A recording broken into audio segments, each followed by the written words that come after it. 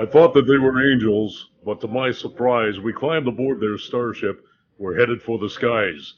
Now, you might be wondering why we would open our podcast with that song, Come Sail Away.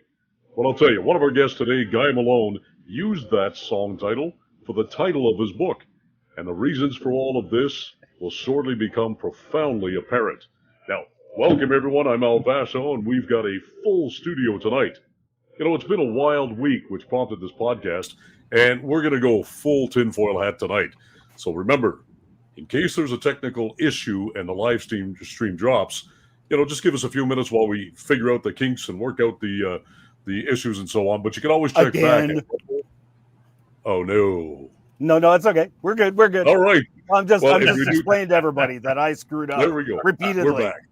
But if we do drop, then you want to check us out. Go back to rumble.com/user/IanJuby/live. And that's IANJUBY. Rumble.com/user/IanJuby/live. And that will take you right back to whatever live stream is running at the time. Now, we'll also remind everyone that the views expressed in this live stream are those of the participants and not necessarily those of Core Ottawa. Now, please also now note that we'll be going to the chats. Now, if you're familiar with chats on YouTube and so on, you're going to see a lot of that tonight. So please keep the comments respectful. And if you wish to support this channel and future live streams like this one, Rumble has the YouTube equivalent to Super Chats. Now, they have Rumble Rants, where you can give a tip and get your comment or question highlighted. Now, if it's your first time giving that tip, you'll have to fill out the payment info. You'll see the payment info pop up. But the larger the tip, the longer your comment stays highlighted and at the top of the chats. Normally, YouTube takes like 30%, and I think Rumble takes about 20% of that tip. However, apparently for the rest of the year, 2023, 100% of the tips giving through Rumble Rants goes directly to the creators. So there's no better time to give than today. So click on that $sign, and if you want to make a Rumble Rant, get your question or comment highlighted, and we will do our best to give priority to the rants. The support encourages the production and other future live streams, of which you've got updates. I think you've got updates on this one, don't you, Ian? Oh, my goodness. We have so many updates. Oh, and YouTube is evil, which is why we're going to Rumble and not on YouTube. And it looks so like we've got some great guests today, too. Oh, yeah. And it looks like the Facebook stream is down, unfortunately. But yes, we do. We have some awesome guests. By the way, so I have to apologize to everybody because if you recall, I was going to try and interview Bill Gibbons while I was out at the homeschool conference in Alberta. And it was just absolute pandemonium. I didn't get a chance to even communicate with him. So I apologize. I am going to try in the future. Also, because of today's topics, and I'm sorry, everyone, we got started late. That was my fault. Several mistakes. But anyway, so we're probably going to try next week to get Alan Montgomery on and talk about global warming, because that ties in with one of the things we're going to talk about today that just came up this past week. You've had quite the week, Al. I've had a busy week. Let's just say the phone's been ringing off the hook. 1.6 million views on your TikTok video? 1.6 million views. It's being shared all over Twitter. It's being shared. My kids are going to school, and all their friends are saying, your dad is famous. All we see in our feed is your father's video. I'm a little bit overwhelmed today, but it's been unique, I'll tell you. Jones show, too. They played the Alex Jones featured me on one of his videos, and again, it's exploding all over Twitter. I'm seeing it everywhere. I'm being contacted by people I've never heard of. And you get to meet two other guys you never heard of before. Well, you probably heard of exactly. I've been looking forward to this, guys. Me too.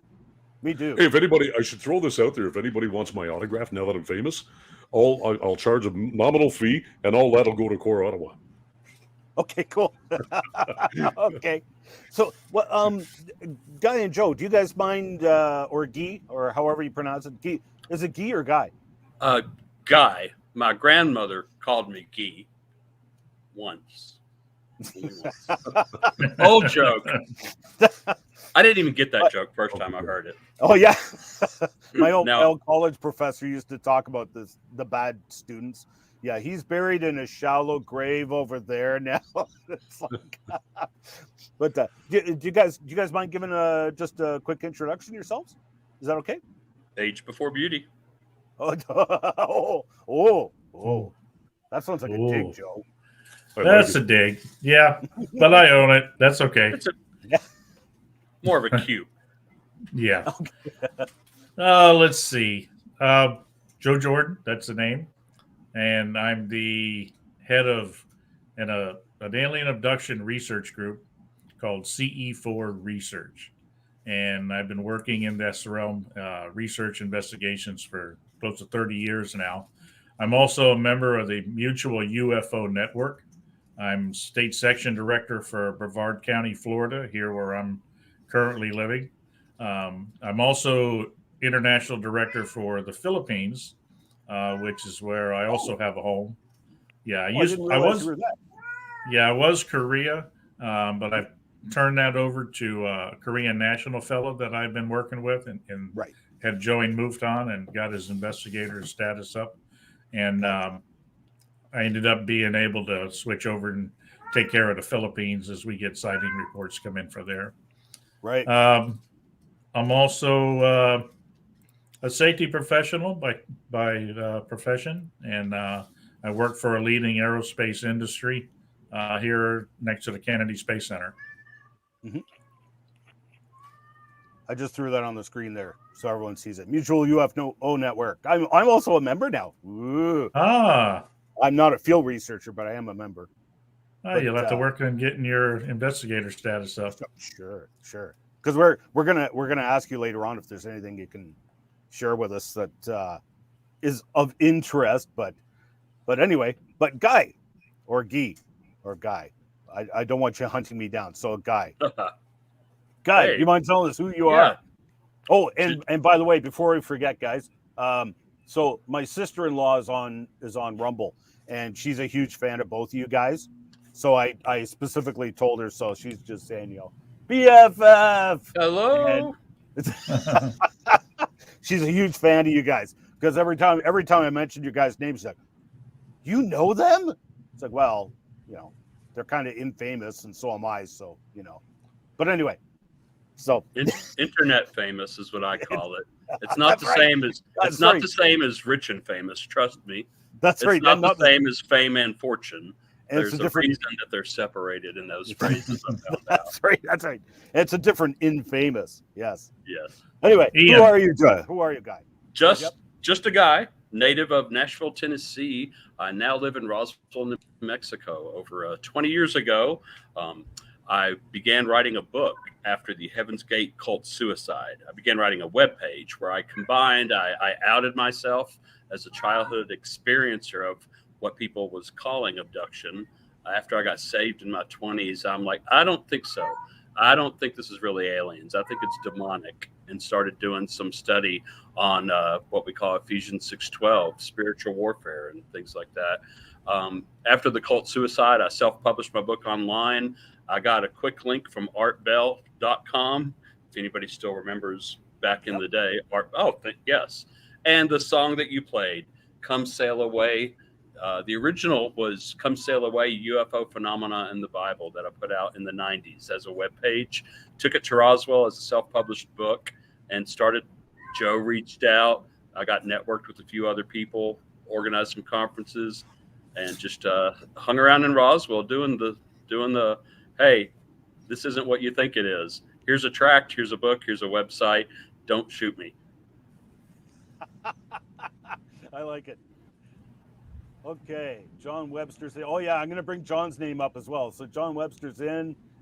We got a bunch of people, including Tino Gropey, as I noticed, also already asking, and we are going to bring this up to you guys as well. So the main trigger for this podcast was, of course, the U.S. Air Force whistleblower that came out this past week, claiming that the U.S. military has recovered alien spacecraft technologies and even bodies. And so Tino, one of the first things he asked, can we believe the recent report? So remember that. I'm going to come back to that. So we've all got our tinfoil hats. Well, Joe and I do. The other guy, I'm disappointed, guys. But anyway, I got my shiny hat nonetheless. That's right. Yeah, I made steaks last night and I ran out of tinfoil. No, fair enough. No, okay. So now, Joe and Guy, do you guys mind if we take a wander off topic for the moment? Because I want to talk about this Al's viral TikTok video. Oh yeah, you must. Yeah. You guys are okay with that? Okay. So Sure. Okay. Al, why don't you tell us about that? I got a phone call I got to make, or I got to take. So you just take over for a second there, okay? Yeah, sure. So this was on a whim. I was getting a lot of questions from some of my followers and viewers and stuff like that, and it was all about the wildfires going on in Canada. Started out west, and then out east, and then in Quebec, now in Ontario, and so on. So I thought I'm going to do a little bit of research. I don't know much about it, but I want to see what I could find. Now, I wasn't a professional paid firefighter for any length of time, but I was a volunteer for a number of years locally. And I knew somewhat some of the information about controlled burns. So I thought I'd look into some of the videos that are circulating on the internet. And I come across many of the videos, and there's so many out there. And in a controlled burn, one of the biggest videos that you'll find is there's a highway and there's a fire on one side of the highway. Now, in a controlled burn, you would burn between the fire and the highway so you could stop it before it crosses over. But in this scenario, the fire's on one side of the highway and they're burning the opposite side of the highway, which it's counterintuitive. I mean, it doesn't work. You're spreading the fire by natural means. And then I'm seeing all kinds of other videos. One of them in particular that really made the rounds was in Quebec, where there was satellite imagery of about 10 or 15 fires igniting all at once.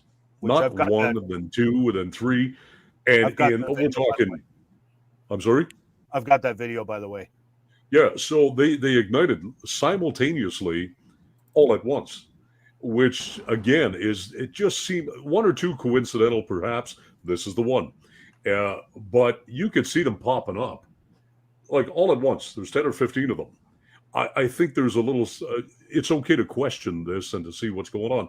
Then when you match this with some of the footage on the ground, or I should say just helicopters and so on, I questioned everything. So I put together this video just sort of on a whim and posted it, and it's reached, 1,600,000 people. It's been shared all over the place, and I'm not sure if I should have done that. Well, and on that note, I had a lot. Oh my goodness, it wasn't just you. My Facebook feed, my Twitter feed, everywhere I go, everyone's like, "Oh, it's space lasers! They're lighting up the whole country on fire!" And it's like, well, okay, well, but back up. That's what I saw. Yeah, it's just like, yeah. It's like, back up for a second, okay? First of all, understand that Canada, per season, every year, we experience upwards around 8,000 forest fires per year. So what I wanted to show you is, and show everybody as well, is because even though I'm not ruling out space lasers, okay? That's not what I'm saying.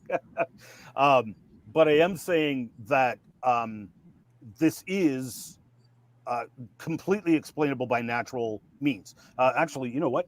Give me 1 second. I want to play that video again.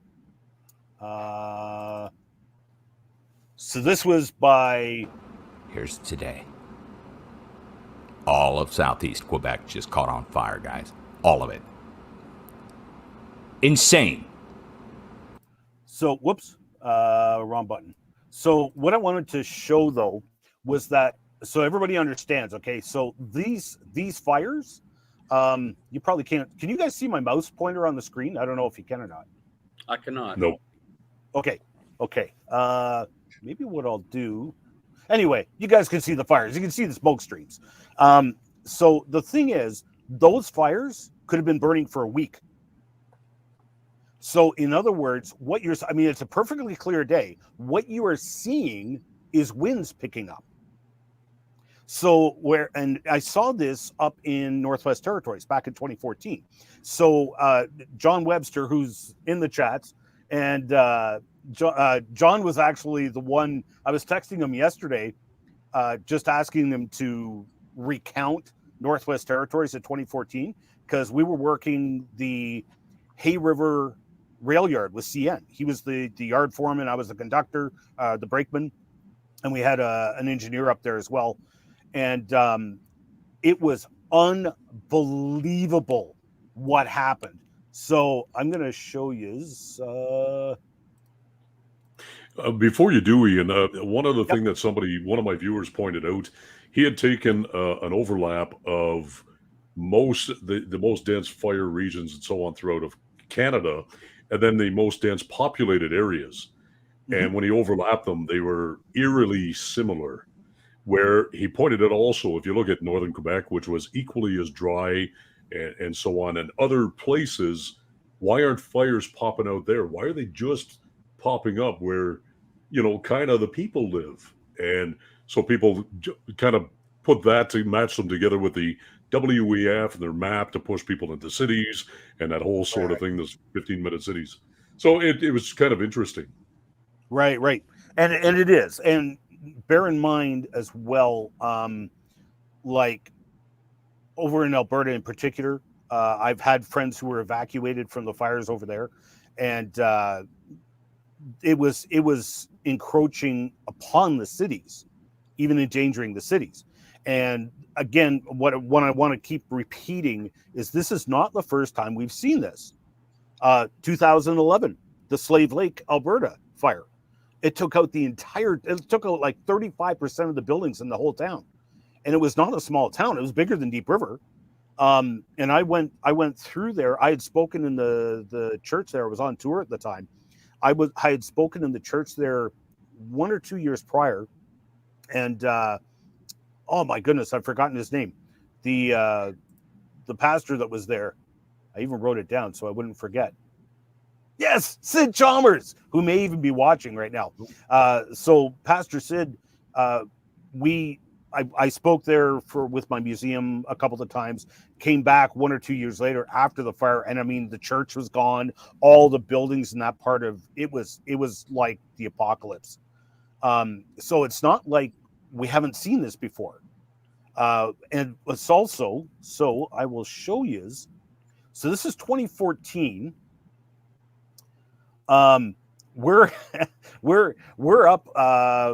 Can you see? Oh, you can see my mouse pointer now. Here's Hay River right there. So we were running the rail yard there, and so you understand the demographics here.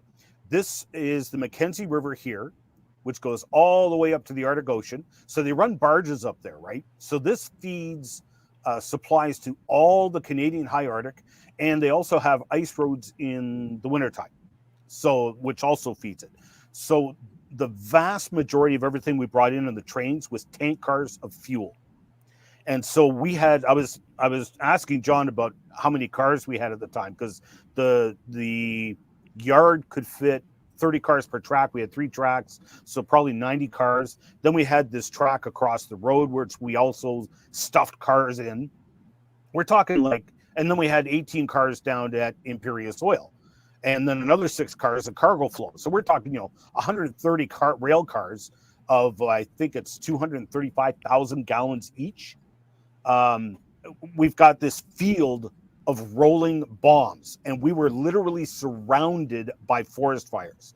And John was calling the train master up saying, do we have an evacuation plan? Like, what are we going to do if the fire comes into town? We've got this huge field of rolling bombs. What, are we just leaving them? Are we putting together a train in a real big hurry and hustling out of town? What are we doing? And the train master apparently just laughed and hung up on them. So, oh, anything else? Okay, no, you're on your own. Good luck with that. So, I mean, you can imagine what would have happened, if the fire had come into town, right? So anyway, so this is a map. Now, unfortunately, I wanted to do what that guy did with the Quebec satellite imagery. But I couldn't because the satellite imagery only goes back to 2015. So what I was doing at the time, though, was I was screen capturing these maps because I was up there at the time, right? And so fortunately, I was screen capturing it and I posted it to Facebook. So that's the only reason I even have these images, okay? So get a load of this. Look at how many fires there was. So we're right here, and I mean, we are absolutely surrounded. So the one night they were calling for rain showers to come in. And we were all excited because it's like, yes, finally get some rain, maybe, douse some of these fires. Well, the storms came through overnight and there was essentially no rain, but a whole mess of lightning. And so are you ready for this? This is what happened overnight. So look at all the number of fires, including right around Hay River, that all cropped up overnight. So, and this, by the way, this area is quite a bit bigger than the area that guy was showing in Quebec. I measured, it was about 500 kilometers. And this is actually about 700 kilometers wide here and about 500 kilometers high. So, I mean, this just gives you an idea of the number of fires that can crop up literally in hours. But the catch is all these fires, most of them just sat there and smoldered. It wasn't a big deal, but they're sitting there. They're keeping an eye on them. The instant the wind picks up, that's when you get into trouble. And that's what I'm saying happened in Quebec. Those fires were already lit. They could have been lit days in advance, even a week or more in advance. And they're just sitting there. It's a tree gets struck by lightning and the tree is just sitting there burning. And then these winds come in. And that's why all the fires lit up at once, is because you have this huge swath of wind, which now basically fans the flames of all these fires that were lit by lightning storms a couple days prior. So anyway, all I'm saying. I'm very glad to hear that you're treating this as a normal occurrence. Because I was one of them that fell for.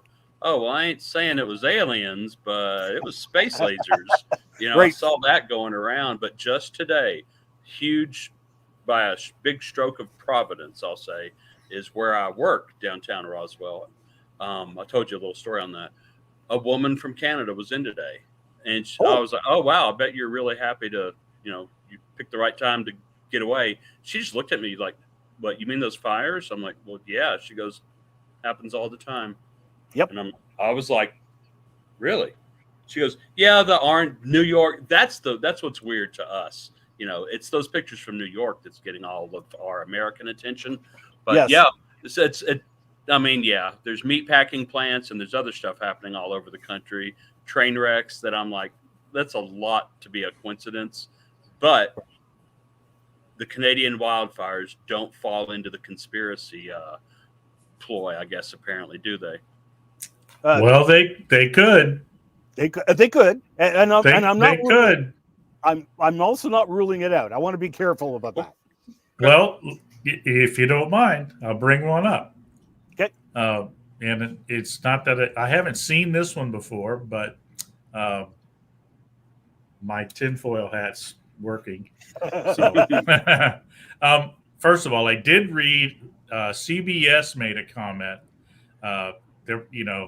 They also brought up the idea that this happens all the time. It's due to weather, the heavy lightning, plus the winds pushing it.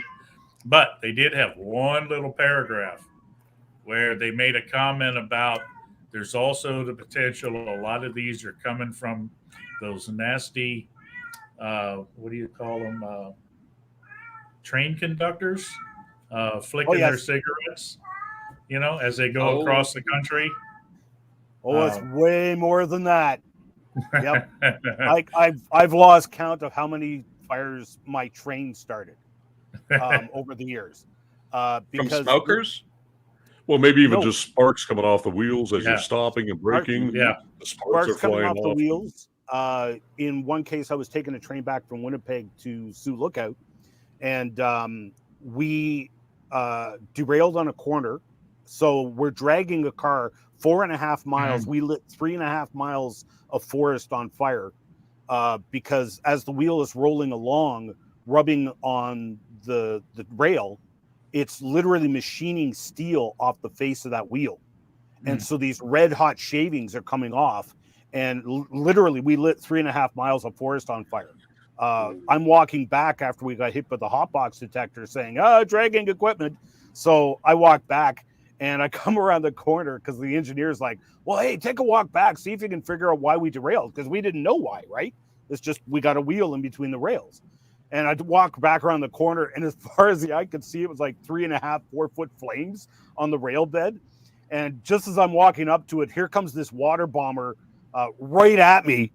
And I'm like, ah! So I take a beeline for the bush, dumps this water load on this fire in front of me, which was a grease pit from the greasers on the wheels. And put most of it out. There was a couple little spot fires. I'm like, oh, okay, well, I'll go stamp those up and be done with it.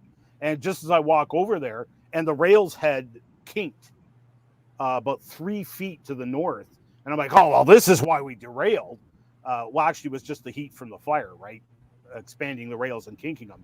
But I didn't know that. So I'm up there, and here comes the water bomber again, beelining right at me. I'm like, ah! So I book it into the bushes. Why was I telling you that? I don't remember.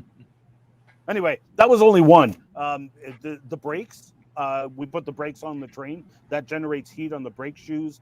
The brake shoes wear out enough where they fall off or they cause sparks in the wheels. My brother did the volunteer fire department here in Ottawa Valley when the rail lines was still open here. The number one cause of fires was power lines. Second highest cause, the trains.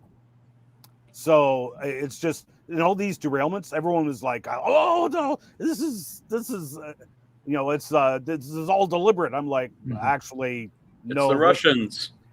No. Let me finish my conspiracy. Oh, I'm sorry. Yes. Chinese. Okay. No, it's the Canadian military.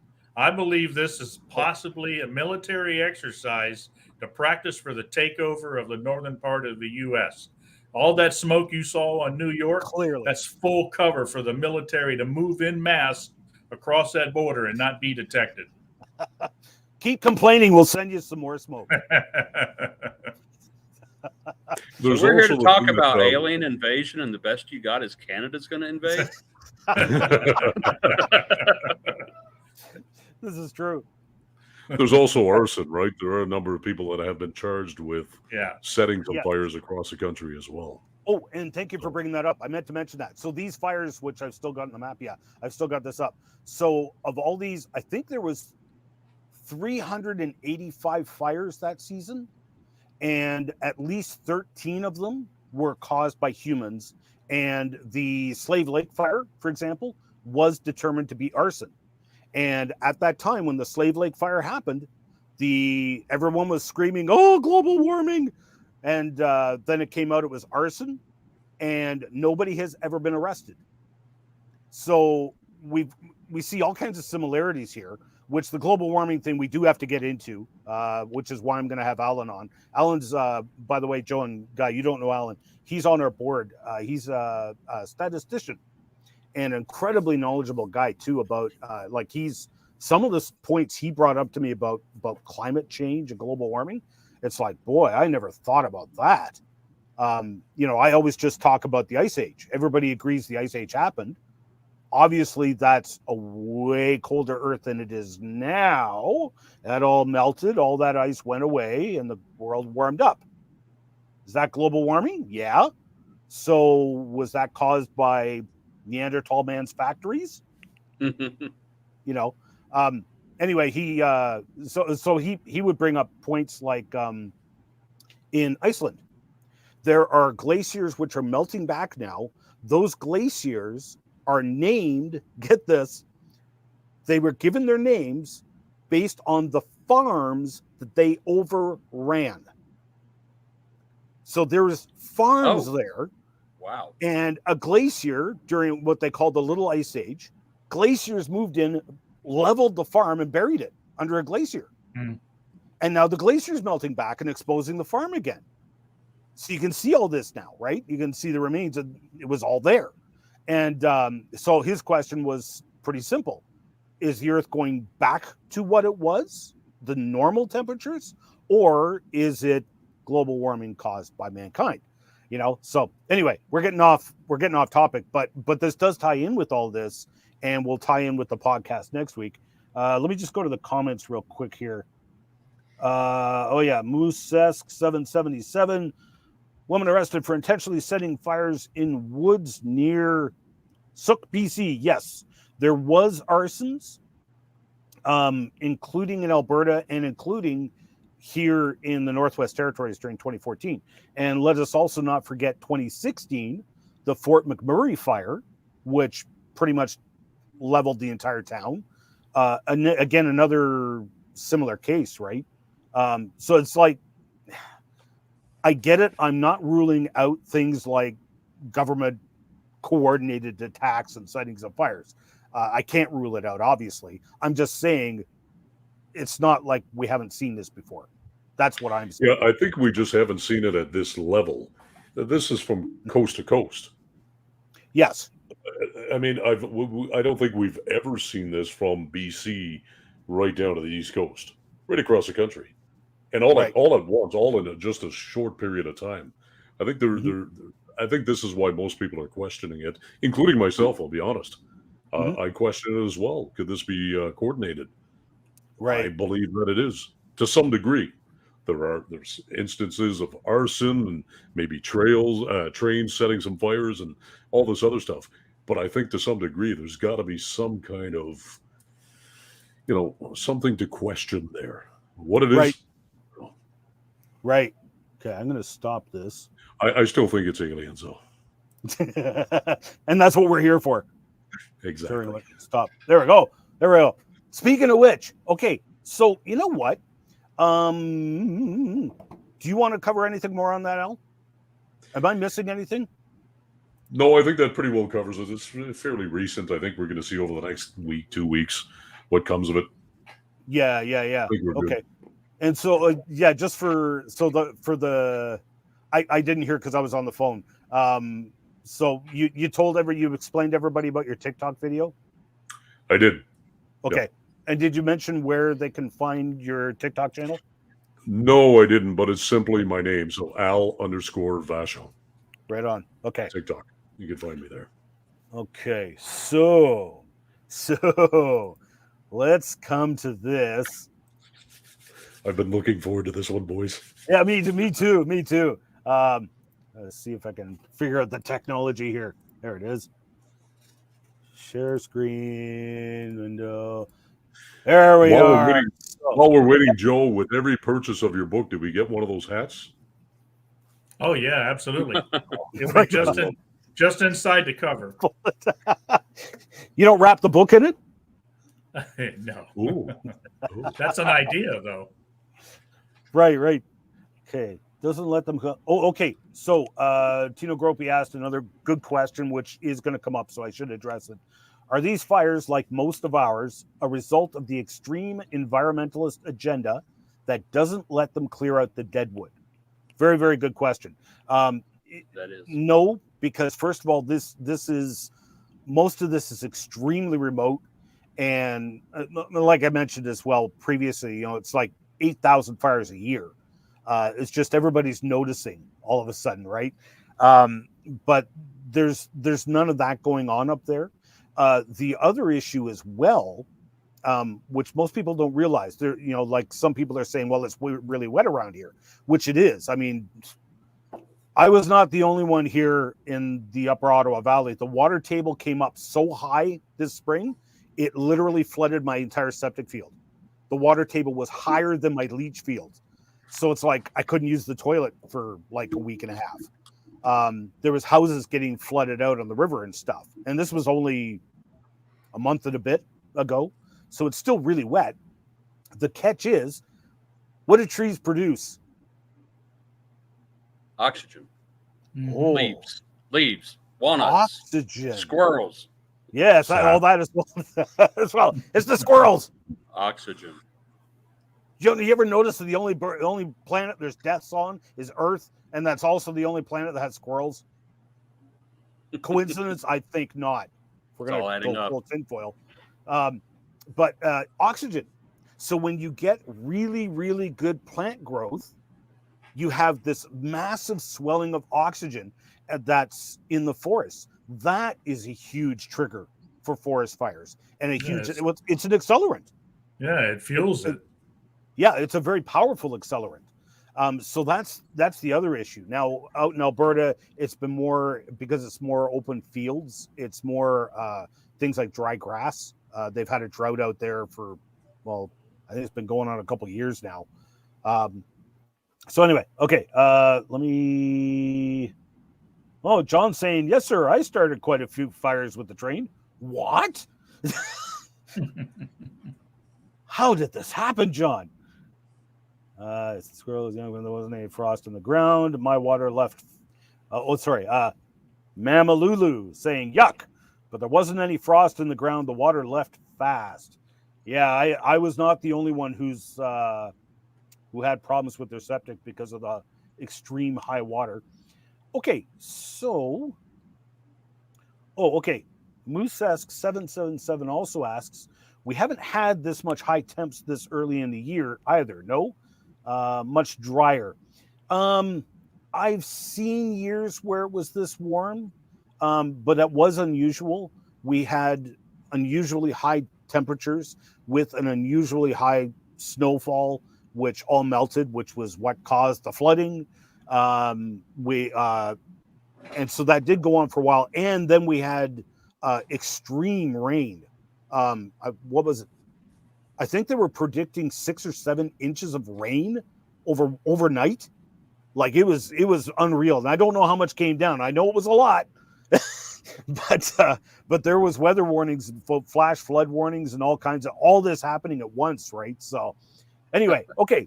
So let's get down to this because I know Guy has to leave in about 45 minutes or so. Eh? No, we're flexible. You're flexible. What'd you say? Mexican time? I like that. Yes. Yeah. Because when I was down at Last Days Ministries, when I lived in Nashville, it was called Charismatic Time. It's all the same. Okay, they call it Native Time here up on the reserves. Gotcha. But yeah, when I was at Last Days Ministries down in Texas, there we had Sarah and Mike there.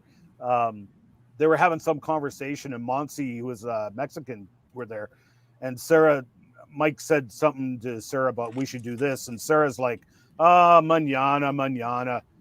And I didn't know Spanish, so I'm like, mañana? What is mañana? And she's like, well, literally it means tomorrow, but what it really means is not today. And Montserrat just thought that was hilarious. But anyway, so Mexican time, yes. So this is why we are here this week.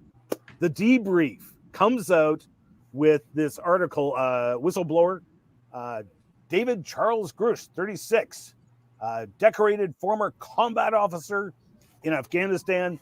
And he was also working with the UAP groups, which we all became familiar with last year after President Trump said, hey, declassify all that UFO stuff. So he comes out this past week, and then an article in the debrief.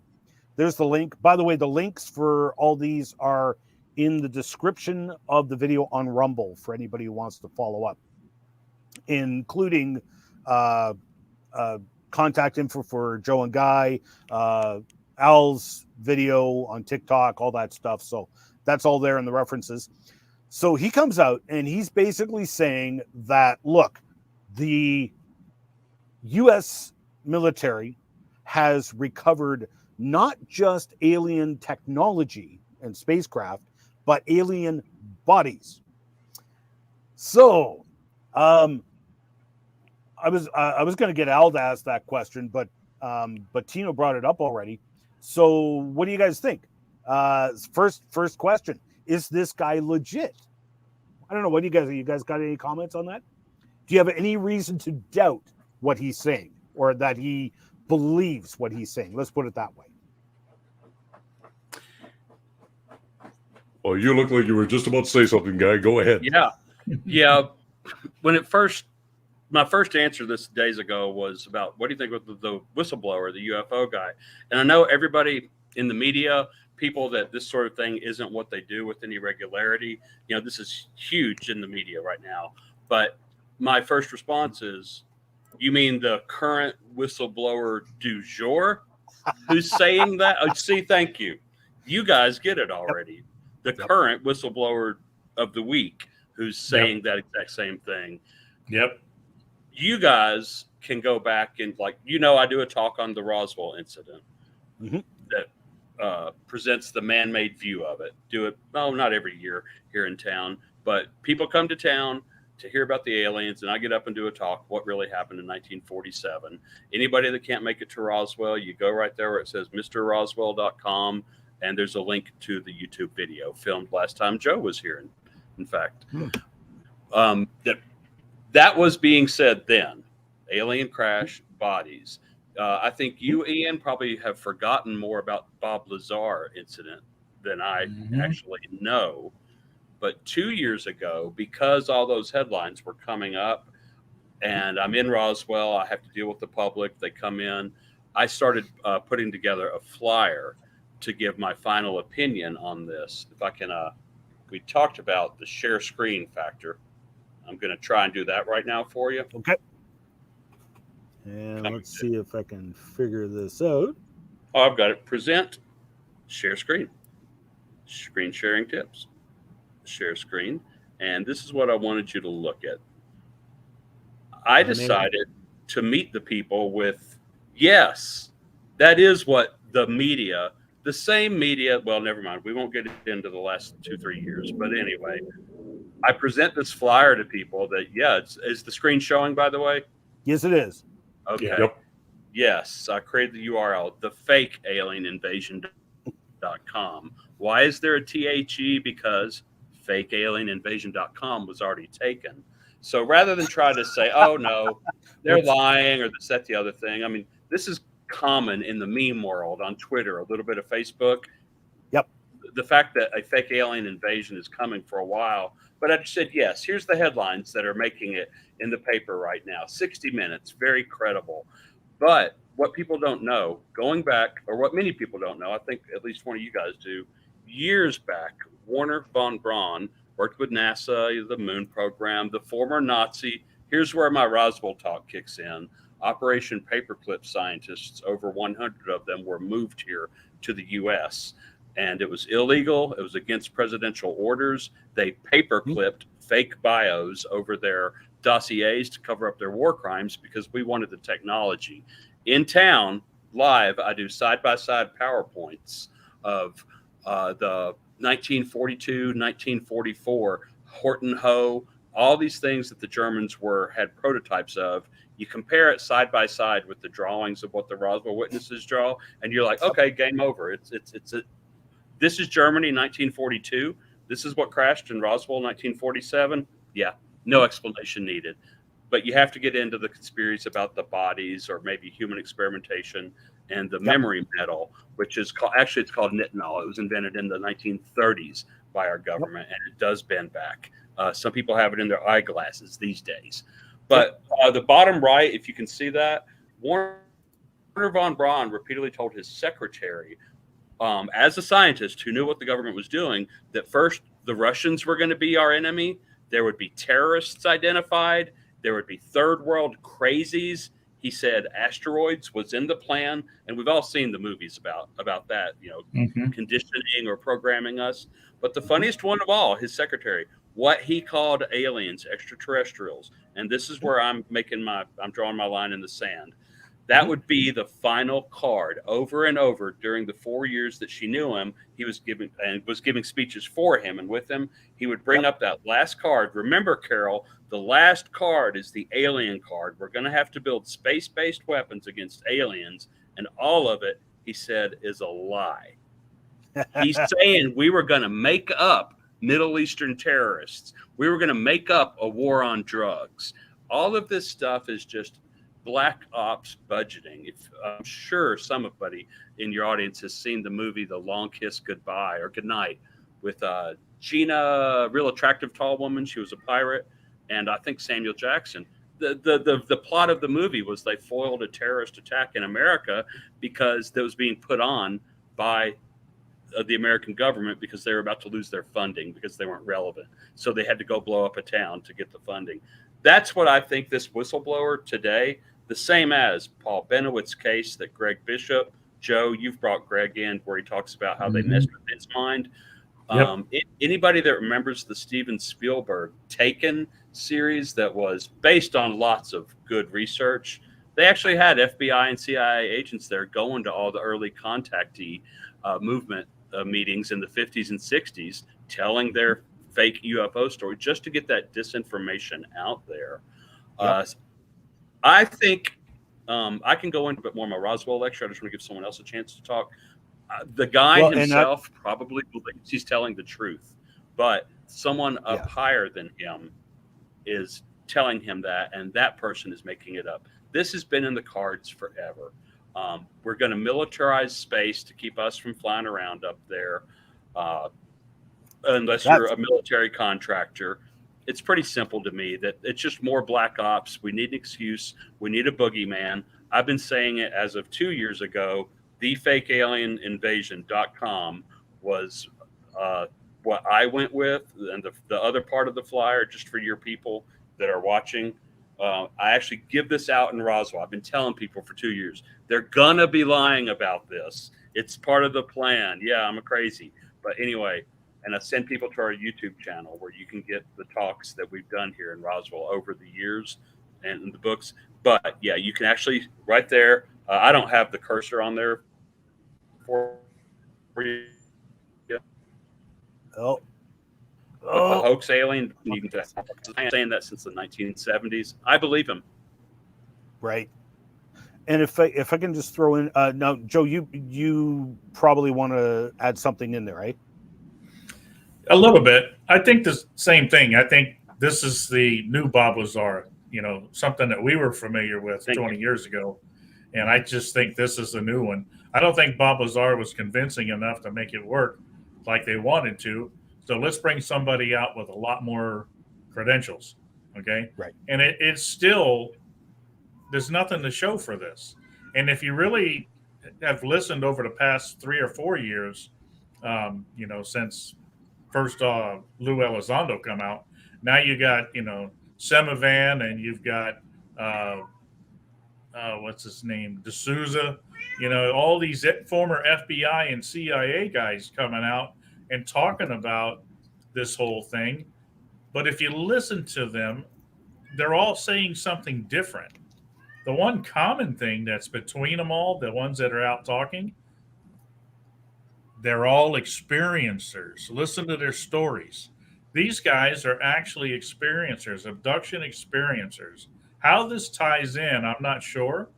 But all of them that are out speaking right now, trying to talk about this, have actually said that they've had these experiences, which is fascinating. Right. And I also wanted to throw in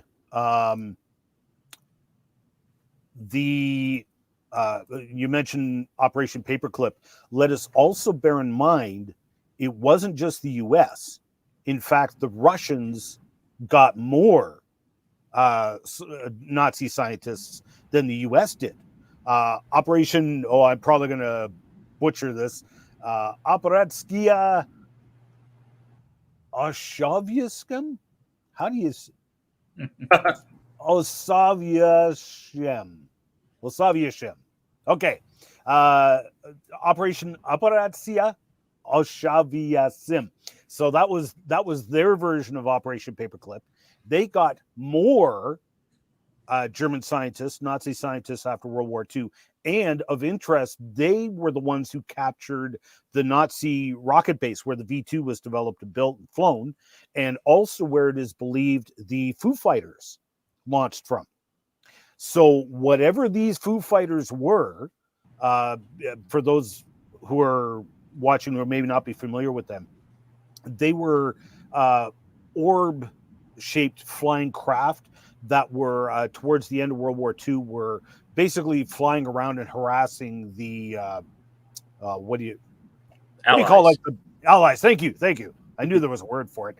Harassing the Allies, and they were pretty like mysterious. They were UFOs. Let's call them what they were. They were UFOs, and apparently they were Nazi developed. That is apparently where they came from, was that base. the Russians took all those guys. So who knows what they have and what they've done? Because as you pointed out in, I brought that up a lot this past week, actually. As you pointed out, Guy, in your book, the experiments with humans that was going on at the time. And you mentioned what was that one disease? It's progeria, Progeria, and we do have government documents from the Bill Clinton National Laboratory.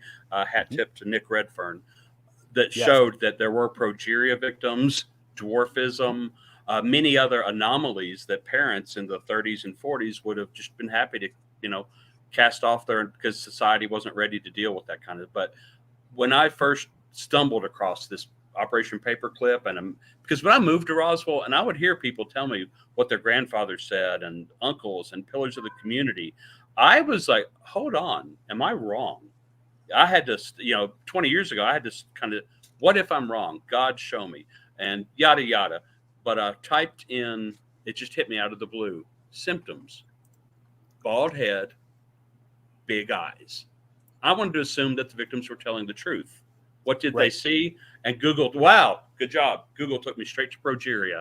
And I'm like, I've never wished I'd been wrong in my life. But there is a secret history, so to speak, of human experimentation by our government. Like you said, the Russians were taking the Nazi scientists. We also know that South America, Brazil, got a huge chunk of them. The Bell UFO comes from that direction. But yeah, if we didn't bring 100 scientists and put them here in White Sands, Los Alamos, Fort Dayton, Ohio, the Russians, we might be. The Russians were taking them. If we didn't, it's a judgment call on the war. I'm not talking about the morality of it, but Joe saw the first time I did this talk live in front of people, and I was nervous, man. I had a dozen roses waiting for the lady at the end of it who allowed me to speak. I didn't want to get lynched. But like a whole room full of people in July. And I'm like, after it was over, I went up to Joe. I'm like, man, I feel like at least 75% of the people believed me. Like nobody was back. Oh, you forgot about this. Again, you can watch this for free online. Oh, you left out this. No, I covered it. And I'm like, man, probably 3/4 of them believe. Joe, do you remember what you said to me then? I don't. I've told the story quite a few times since then. My friend Joe turns to me and goes, dude, I've been standing here for 20 minutes listening to them talk when they walked out. 95%. I remember that. Home run, dude. Yeah. Yeah, I was like, wow. So you built a compelling and disturbing case. It is disturbing. But it touches on today. I'm going to give you, because I type out my lectures frequently, I'll give you the day after Roswell, Colonel Philip Corso. Let's insert the current whistleblower and Joe, maybe talk a little more about Greg's, when Greg Bishop came and lectured for you, the mysterious case of Paul Benowitz. But Colonel Corso, they knew they had a mole. There was in the 60s, one of the people that was over Paperclip was actually convicted of selling our secret. The highest military offense, the highest treason charged and convicted was the guy that was in charge of Paperclip. And part of my presentation, I proved to the audience's satisfaction the stealth technology was not back engineered from the Roswell crash. It was actually invented in the 30s by the Germans, and I document that for them. So we've been told that the B-52 bomber was modeled from the Roswell crash, au contraire, mon frere.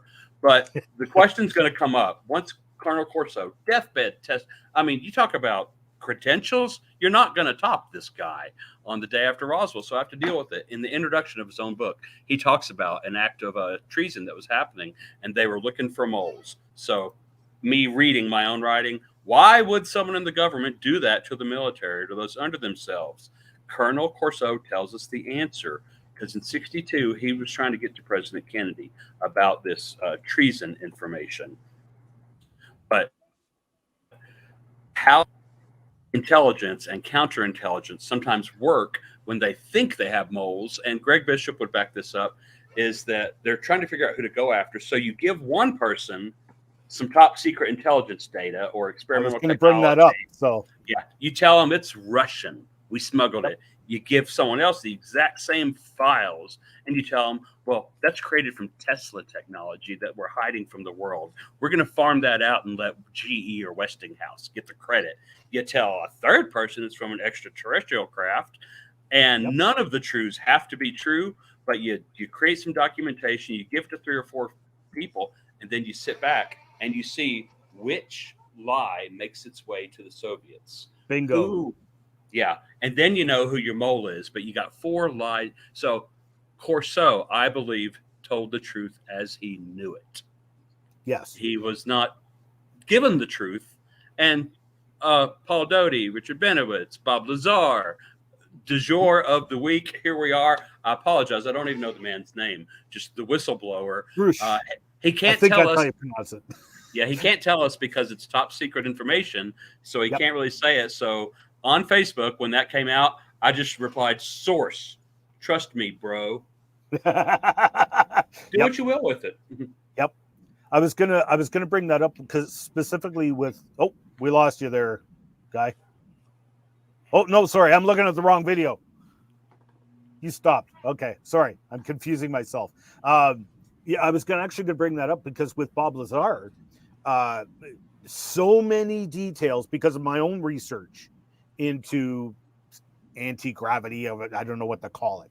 This mystery force. Okay, I'm hesitant to call it gravity or anti-gravity. It's just an unexplainable force that we're still documenting. We've got a patent in play right now as a result of all that research. But there were so many things that Bob Lazar said in his testimony, especially when he first came out. And I'm like, you know what? This is legit. This is a lot of what he's saying. This is spot on. And it's little itty bitty details that you would never, ever think about for things like he mentioned at the time when they're test flying this UFO. He was like, or this flying saucer. He's saying it didn't make sense to me because it uses this gravity field, but they're using conventional handheld VHF radios to communicate with the pilots. And that gravity field should distort it distorts time is what it does. So it's going to throw all the frequencies off between the 2 radios. And he's like, I don't understand why this did this. And this was one aspect we looked at in our anti-gravity research, because if we are actually generating a gravity field, this is why GPS satellites have a slower clock on board, because at altitude, when they're out of Earth's gravitational field, their clocks on board, it's time dilation, gravity affects time, and so time runs faster on the GPS satellite because it's farther away from Earth. So they actually counter that by making the clocks on board run slower, so they're synchronized with the clocks on the ground, because that time is critical for how they operate. So this was one of the things I was looking at with our research. Was I've got my gravity generator and I've got stopwatches, one right beside it in the field and one the control way over there and synchronized. The problem is, even with a really powerful, strong gravitational differential, the time dilation is really minute. For example, the Voyager space probe, it's way out there now. It's basically in zero gravity. So you've got this huge gravitational differential, but it's still using the same frequency it transmitted with when it left. Nothing's changed, or at least not to the point where they can't communicate, right? So anyway, things like that Bob Lazar said, that it was like, oh, I never, this is what makes me believe his testimonies, except when it comes to things like he said, I was told these flying saucers were excavated from archaeological excavations. That, to me, the moment I heard that, I'm like, bingo, there's your disinformation, because that is a common practice in classified work, is they feed everybody disinformation, because if you have a leak, you know where the leak is coming from. Each one of them is given unique disinformation. And okay, you mentioned Roswell. Can I go on a rabbit trail? Joe, do you want to jump in with anything before I go on? Yeah, I brought up the point that all of these guys that are talking now, not just this guy that's come out, but all these former agents, from the three-letter agencies, they're all saying something different. And the one thing that is different, the big difference is you got this guy coming out saying that we have recovered technology, okay? But the other guys that are coming out are saying that, this is something that is not a technology. Listen to Jack Sarfati, the physicist, when he gives a description of what this is, these crafts. He talks about it like being you see the skin of the so-called craft, but it's actually a consciousness, So what are we dealing with here? Is it really something that we have in our hands that has crashed, or is it something that's crashed that actually is made by us from trying to duplicate what they've been seeing? Okay, they may be covering up something that's actually ours, and Right. that's what they're trying to push. Oh, you're on mute, dear guy. We lost you again. Say that again, please. There we go. Okay. Say that again, please. Yeah, I believe this is possibly something that is we have made, not on trying to re-engineer the physics that they're seeing, because my research is showing this is not to be a physical thing. People that know my work know that I push for the spiritual view, spiritual entities, and what we're seeing with these crafts is a manifestation, okay, a temporary manifestation from a spiritual realm to the physical realm. That is not a technology. That is the ability of these entities to be able to perform this. Okay, when they can manifest inside, biblical, scripture shows us they can manifest as whatever. This spiritual realm can manifest as the pillar of fire that led Moses to the people that met with Lot and his family. It doesn't matter what they're manifesting as. It's not technology that's given them that ability, the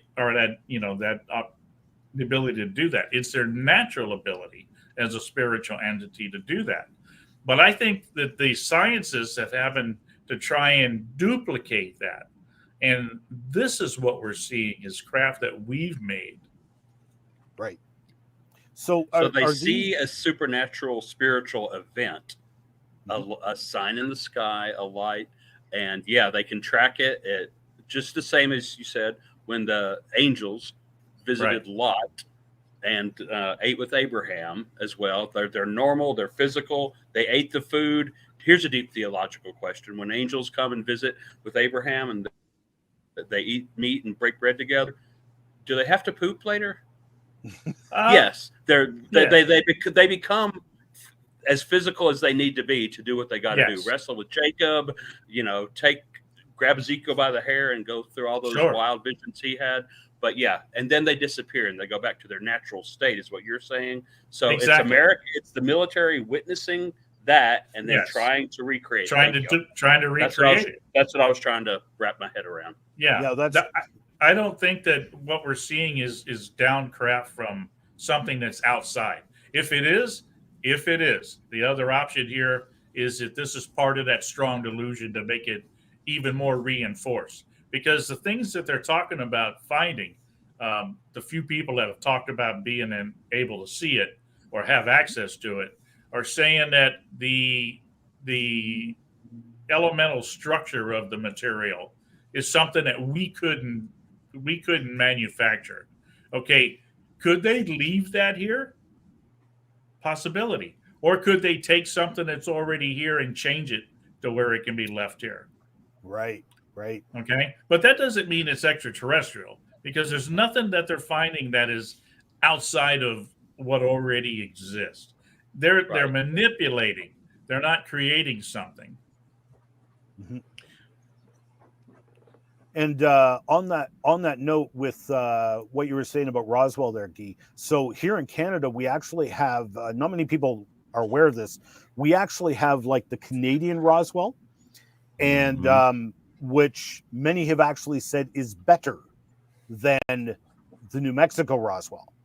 So this is at Falcon Lake, and I had the privilege of actually going to the site and investigating this last summer. Jeff Thiessen and his lovely wife, we went on horseback to the site out in Manitoba. It's east of Winnipeg, just north of Falcon Lake, and went on horseback. So basically, Mahalik, this guy is prospecting. This is 1967. He was prospecting for precious minerals, precious metals, and stuff. He's back in the bush. He just walked off the Trans-Canada Highway, and he's out there having his lunch and by this pond on good old Canadian bedrock. And the geese, there was some geese in the pond, and they were startled and they flew off. And he looked up, and here was this saucer-shaped craft hovering over him, and a second one a little farther away. And it just sat there and hovered, dead silent. He didn't even hear it. Flies over about 160 feet away and lands. So he sat there for 40 minutes observing this thing. It lands, doors open up on the side, and he drew this drawing of it while he was sitting there watching it. This is the Bob Lazar craft. It sure looks like it, doesn't it? Sure does. Wait for it. So so after a while, he just assumed, and it's very important that we mention this. Not once did he ever think, "Oh, aliens." Never crossed his mind. He was convinced this was the Americans, and he went to his grave convinced this was the Americans. And so he walks up to the craft after about 40 minutes. He makes this drawing, everything. He walks up to the door because he's a mechanical engineer, right? He's figuring, I can, they probably got a mechanical problem. I'll go off for help, get them up flying again, right? So he's just fascinated by this because it's just a craft he's not familiar with. So he goes in, he sticks his head in the door, and it was all these bright, blinding lights. He could hear voices, and to him, these were human voices. They were unintelligible, but he could hear what he thought were human voices inside. And so he says, well, Yanks, if you come on out, you might be able to help you get flying again, or something along those lines, right? He called them Yanks. And the voices went silent, and there was no response. And so he repeated it he was multilingual because he was from Europe. 5 different languages, if I recall. Russian, Czechoslovakian. I mean, it was like 5 different languages he tried to communicate. No answer. And so suddenly the doors closed in front of him, and he noticed there was no seams on the outside of the aircraft, the craft, wow. Right? So the doors closed in front of him, and he put his hand, he had gloves on, rubber gloves, I guess, put his hand on the craft, and it was hot, and it instantly melted his glove. So he's ripping this thing off, and it quickly took off, started flying, tilted, which is very important. That ties in with what Bob Lazar was saying about the flying saucers in Area 51. Is they flew, everyone thinks, they fly like this. No, they flew like this, which is very important. And so basically that craft started doing that. So the second craft had taken off to the south. This one immediately takes off, starts flying, it tips, and it rotates, and you can see these vents here. So he drew these vents. Well, it rotated, and when it rotated, those vents were aimed at him, and these gases came out of the vents and lit his shirt on fire and burned him. And in fact, let me see. So would that be the propulsion system? Is that what he's thinking? No. It was he described it, immediately made him sick. He described it as this thick smell of sulfur and ozone, which is very interesting. Hydrazine. He was. Oh, say again, Joe. Like, tell me more. possibly hydrazine, maybe. I've never heard that. Why do you say that? Have you smelled hydrazine? Huh? Have you Spelling? smelled hydrazine? Oh, have you smelled it? My bad. I interrupted. Yeah, out here at the Space Center. Because it's like super, super toxic stuff. Yeah, it is. One time on the pad, I had an opportunity to smell it. They had a small leak, but not Right. enough to make it to where it was a major issue. Right. But they said that it has some people call it a sulfur smell. Some people call it like the smell of inside of your bicycle inner tube. Very interesting. And I've had the opportunity to smell that when I was out on the pad one time during the shuttle program, and I guess one of the tanks was venting, and it was just a small amount, not enough to make it to where it was that dangerous. But I had an opportunity to smell it. Interesting. See, this is why we pay you the big bucks. Mm-hmm. So this is very interesting. Money. That's right. We got to give him a raise. So what happened was he wound up. You can see the burns on his abdomen. Yeah. So this is very real. I mean, we're not kidding around here. This guy, and so these burns kept coming back. So they would heal and go away. Then they would come back sometime later. And this happened for, if I recall, years, where this burn pattern would keep coming back. And eventually he found his shirt because it was on fire. He ripped it off, threw it down, and then he lost the site because he had never been there before. And so after the craft had left, his compass no longer worked. So now he's lost out in the woods. I thought you guys would find that interesting. Very. So, anyway. Did he get paid for his injuries? Like that's in the news, like the Roswell Daily Record here. Just covered the fact. Yeah. That's right. Well, sadly he's dead now. Okay. Which is too bad. But it does fit to the whole disclosure thing that the U.S. is paying out soldiers that have been damaged by UFO contacts. Okay. It used to be that they would not pay them for their injuries because they'd have to admit that UFOs exist. So no, we're denying your claim. But now it's like breaking news and all that. Hey, the U.S. is suddenly paying all these people with UFO injuries, right? Because UFOs are. Yeah, isn't that amazing how it follows like the disclosure of all these latest documents that the government has released on UFOs and stuff, and now we're covering the injuries. They'd have to be. Well, this is makes you wonder. Sorry, go ahead, Joe. Look at the guy from what's his name from Stanford.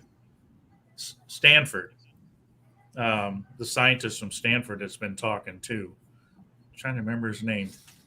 He's also an experiencer, and he's talking about this being a more interdimensional type of craft that we're talking about. He talks about that he was initially hired by the military to work with people that had actually been killed by killed, and also the ones living with brain damage from tendinitis and I can't think of his name either. Okay, it'll come to me. So but that's still, for them to be admitting that's still, I believe, is something that's probably gone array with us making this. Right. Mm-hmm.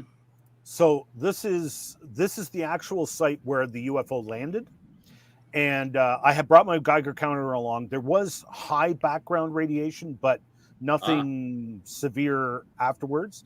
But when he actually did find the site, they found you can see this quartz seam here. So they found pieces of molten metal in these cracks. And they were so radioactive, those in the soil samples, that they got sent to Ottawa. So Ottawa would be, 2,500 kilometers. So like, I don't know, what would that be? 1,900 miles away. They were so radioactive. These guys at the National Research Council in Ottawa flew a guy out there because he figured there's a nuclear waste dump just to the west of here, where they buried old medical radiation machines. It was so radioactively hot, they figured these guys were out digging in that. So they went to inspect the site. Okay, yeah, it hasn't been disturbed. They went to this site, and they too found really high levels of radiation. This is actually in the middle of a provincial park, Whiteshell. And they were talking about shutting down the entire park in the middle of summer busy season because it was so hot radioactively. So anyway, so Mihalik, he died believing this was an American craft, right? And what was really interesting, let's see if I can find it here. Bingo. So the RCMP investigated, the Canadian military investigated, National Research Council of Canada investigated, the U.S. military investigated. All of them, basically, they just could not explain it. The U.S., however, the Condon Report. Are you guys familiar with the Condon Report? Mm-hmm. Yeah, okay, so you guys have heard of this. So 1968. He mentions that, he brings up the Falcon Lake. He calls Mihalik Mr. A as a pseudonym, right? But get this. So nobody, not the RCMP, not the Canadian military, not the NRC, nobody talked about aliens. Okay, it was just unexplainable. They had no explanation. They had no idea. But the U.S. military, they sponsored the Condon Report, and get a load of what they say. If Mr. A's reported experience were physically real, it would show the existence of alien flying vehicles in our environment. The bovine scatology here is strong with this one. I mean, come on. No, who talked about aliens? Right. Mihalik didn't. Bovine Scatology. Yes. Thank you. Yes. No, nobody brought up aliens except these guys. This to me, this is the Condon Report is actually what convinced me that this was an American craft, and this was specific disinformation, specifically generated to skirt away from Mihalik's misadventure. Anyway, I don't remember why I brought all that up. Well, it reminds me of a line I used when I first introduced. It was RoswellUFOcrash.com that I wrote around 2002. Oh, yes. That's why I brought it up, Roswell. Yes, I actually used the phrase, which seems to be very appropriate with how you just described the American response, just throwing in the word alien there out of no. Even the guy that experienced it, you said, he heard human voices. He's mechanical. But what I had said, when you know about the Germans on U.S. soil, which the president specifically said no, but what would become the CIA did it anyway. Mm-hmm. When you know about the human experimentation, that until John Glenn addressed Congress, I think in the 90s or the 80s, it's in my lecture, petitioning Congress to make experimentation on humans without their informed consent illegal. Mm-hmm. It was not illegal until he brought it up in the 80s or 90s for companies and the government to experiment on us without our knowledge or consent. So when you know about that, when you know that memory metal, nitinol, was invented in the 30s, and all the records, where did they disappear to? Last seen at Dayton, Ohio. Surprise, surprise, in the 30s. Back to what you were saying is that aliens, UFOs are not being covered up. Aliens, UFOs are the cover up. Oh, I like that. That's a good way to put it. I love that. TM. TM. Trade. Mike Bob. Thank you. Can I throw something out there? And it's on topic, but it's off topic at the same time. It's a little bit of a rabbit trail, but I don't think we touched on it much. Does anybody know the name Joseph Spencer? No. Nope. No. Is he your neighbor? You were throwing out the 3-letter agencies earlier there, Joe, and this one came to mind. As soon as you said it, I said, I got to remember this guy's name. So I was looking it up as we go, and he's ex-MIB, Men in Black, CIA, whatever you want to call it. And in 1989, you can look this up. The video is out there. In 1989, he said, and I could forward the link to you, Ian, and maybe we could do something about this. But he said on video that there is going to be, I don't know if you know Project Bluebeam. Mhm. Oh yes. Anybody heard that one? All right. So he stated on video that in 1989, this was back in 1989, that in 2024 they're going to stage a mock alien invasion, and the way they're going to do this, and the technology existed back then, it's just improved so exponentially over the years that by 2024, their projection is that they're going to stage a mock alien invasion through holographic imagery projected into the skies, where they're going to have actual military craft in the holograms firing down on people, making them believe that there's an actual alien invasion. With And his name again is explosions Joe happening on the Spencer. ground. The explosions probably already planted to You got it. Whatever the choreograph. case may be. Wow. But you want to look this up. Again, he's Project Bluebeam, or Joseph MIB. Spencer. Okay. Joseph Spencer. And this was a video that he posted in 1989. And I don't know his whereabouts now, whether he's deceased or not. I know nothing. But when you mentioned that earlier, the 3-letter agencies, that one just popped into my mind. Man, that So all something we sounded can- so crazy to me 20 years ago, and now I'm like, Mhm. willing Yeah. to stake not my life, I hope, but yeah, I remember Yeah, dismissing blue beam, schmoo beam, like when I was over 20 years ago. But yeah, the ones to Yep. go down the rabbit hole, boy. You got it. I got And this guy was, fairly well known in the military, runabouts and stuff like that. So it wasn't like a fly or a Joe Blow off the street that, some conspiracy theorist. This guy was with a government agency. Right. hey, and Just gonna go to the guy from Stanford, Dr. Gary Nolan. Gary Nolan. Okay, I know that name. Why do I know that name? Mm-hmm. Okay.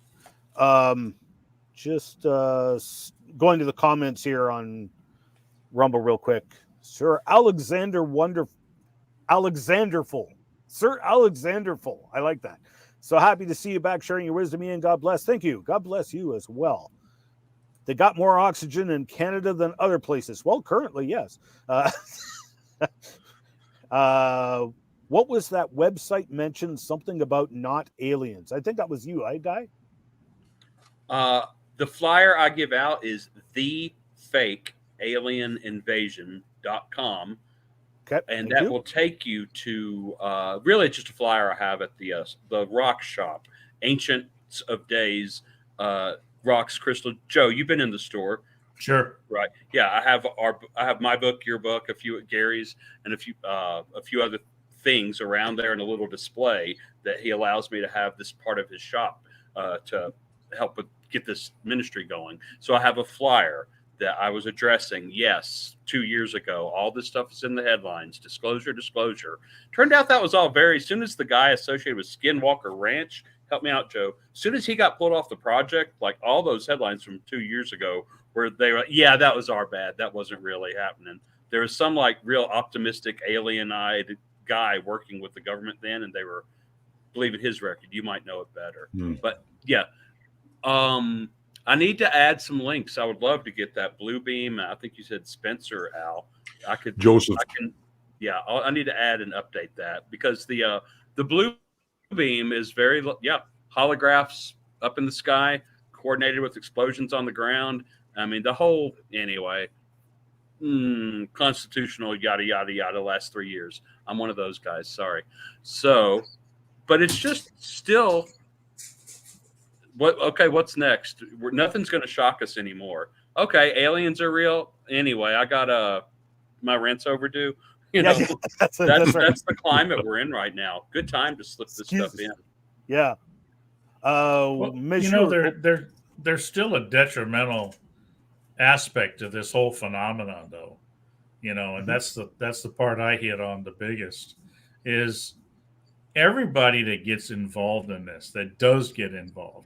Because a lot of people are getting involved a lot more than originally before, because of all the social media ability.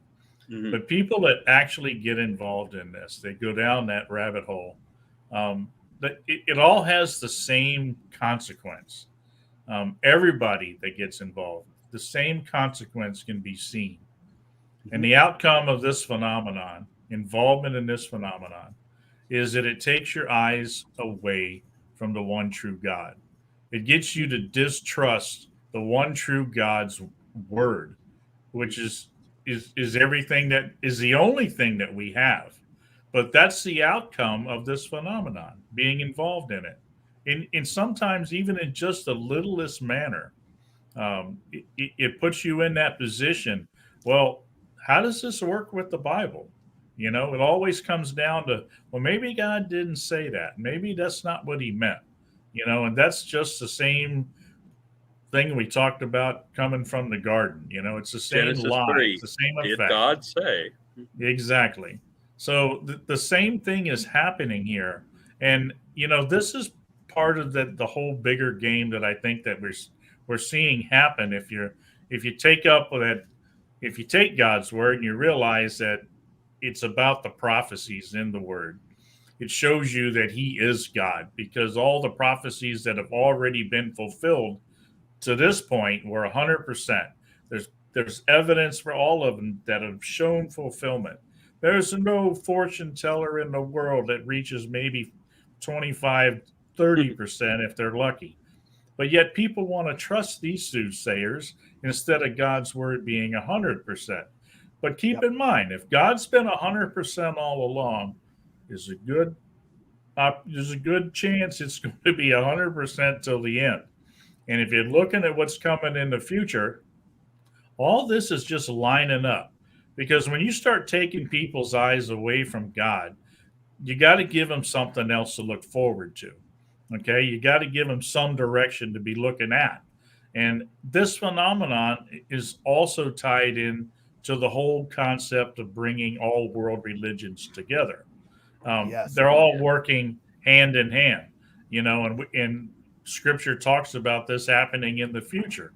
Well, I think there's a good possibility that future is very close. And, I don't think we're going to see it as believers, because the one thing that I have to look at there is, that the actual revealing of what this is doesn't happen until the restrainer's taken out. And where's the restrainer? Good word. Where's the restrainer? Restrainer's in here. So that means we're all taken out, before that happens, before that deception hits the mark. So that blue beam aspect and the idea that we're actually going to be seeing something happen, I think that's still a possibility that it can. It might be in the way they got this planned out, the whoever's that are running this stuff. But I think we're just seeing the very beginnings of it here. The delusion itself, who's the puppet master behind this strong delusion, which is what I believe it is. People, first word out, people's mouth, oh, Satan's running this delusion. No, he's perpetrating it. You got to keep in mind, this is bigger than aliens. This is bigger than demons. This is bigger than fallen angels. It's much bigger, because it's God who's the puppet master. God sent this delusion. And you better look at the reason why he sent it, because that's what this is all about. Sorry. Good word to that. Love it. I want to touch on, because you, Joe, had said that the bottom line of this phenomena somehow always makes people take their eyes off of God. And a lot of people, that's going to go right. They're not going to hear that. They're going to be like, how? Right. They don't see the connection. I wanted to add on a little bit, is that it seems like once you have a strong belief in life, in fact, I wrote it in Come Sail Away, it demands a united world.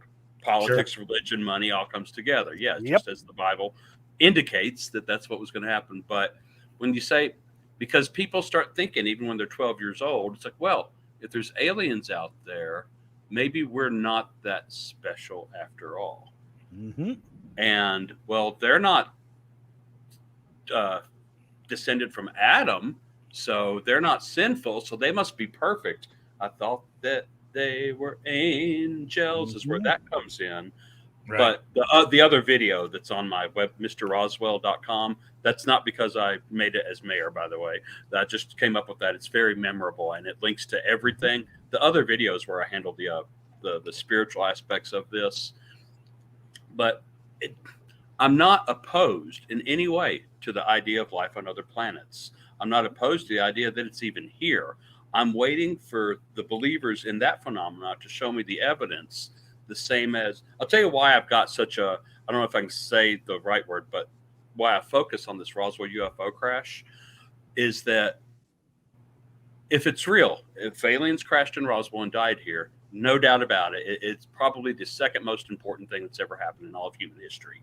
So if you get to the bottom of the truth, or if you want to know more about it, if it turns out to be true, it doesn't offend me as a Christian. But what I've found in conjunction with what you're saying, Joe, is that the Roswell crash is to the UFO believers what the empty tomb is to Christians.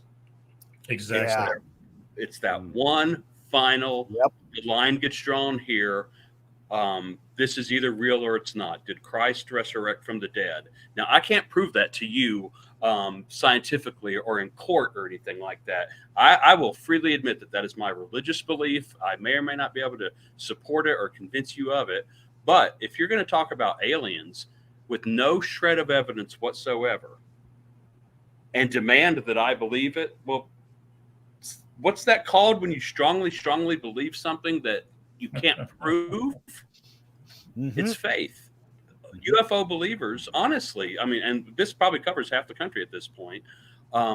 They believe something with no evidence. In fact, evidence leans against it, actually.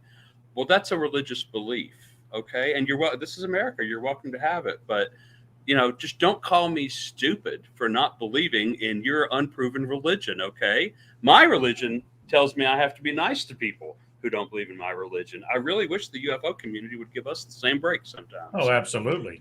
That's such a great point. It's such a great point because quite often people will call us religious, not realizing that their beliefs, evolution, flat earth, name it, is also a religion. Yeah.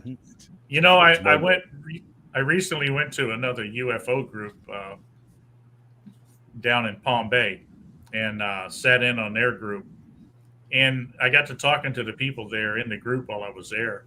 And I couldn't believe, I came in as a MUFON guy, for the county from my group and just went to visit theirs. But I get down there and I'm starting to talk to these people and they realize, they know what MUFON is. It's scientific investigation of UFOs. Well, right off the bat, they tell me that we don't care about evidence. We know what this is, and I'm going like, okay, there's nothing I can do to talk to these people, So I haven't been back to them. That's an absolute. You may as well call that a church of a sort, Yes. Yes. So you've got a 501c3 designation. I was going to say, yeah. So just going to go to the comments real quick here. We've got a pile of them. Mesure, wow, that ties in frighteningly well with the research I've been doing on state nationals versus U.S. citizens. U.S. citizens have no rights. I forget what the conversation was there, but Dan, that's good. I see two metallic spheres levitating, then accelerating like bullets and stopping instantly. Broad daylight in a normal town in New Jersey. They seemed like some kind of ultra high-tech drones to me, but I don't know. He also said, my coworker. I believe you.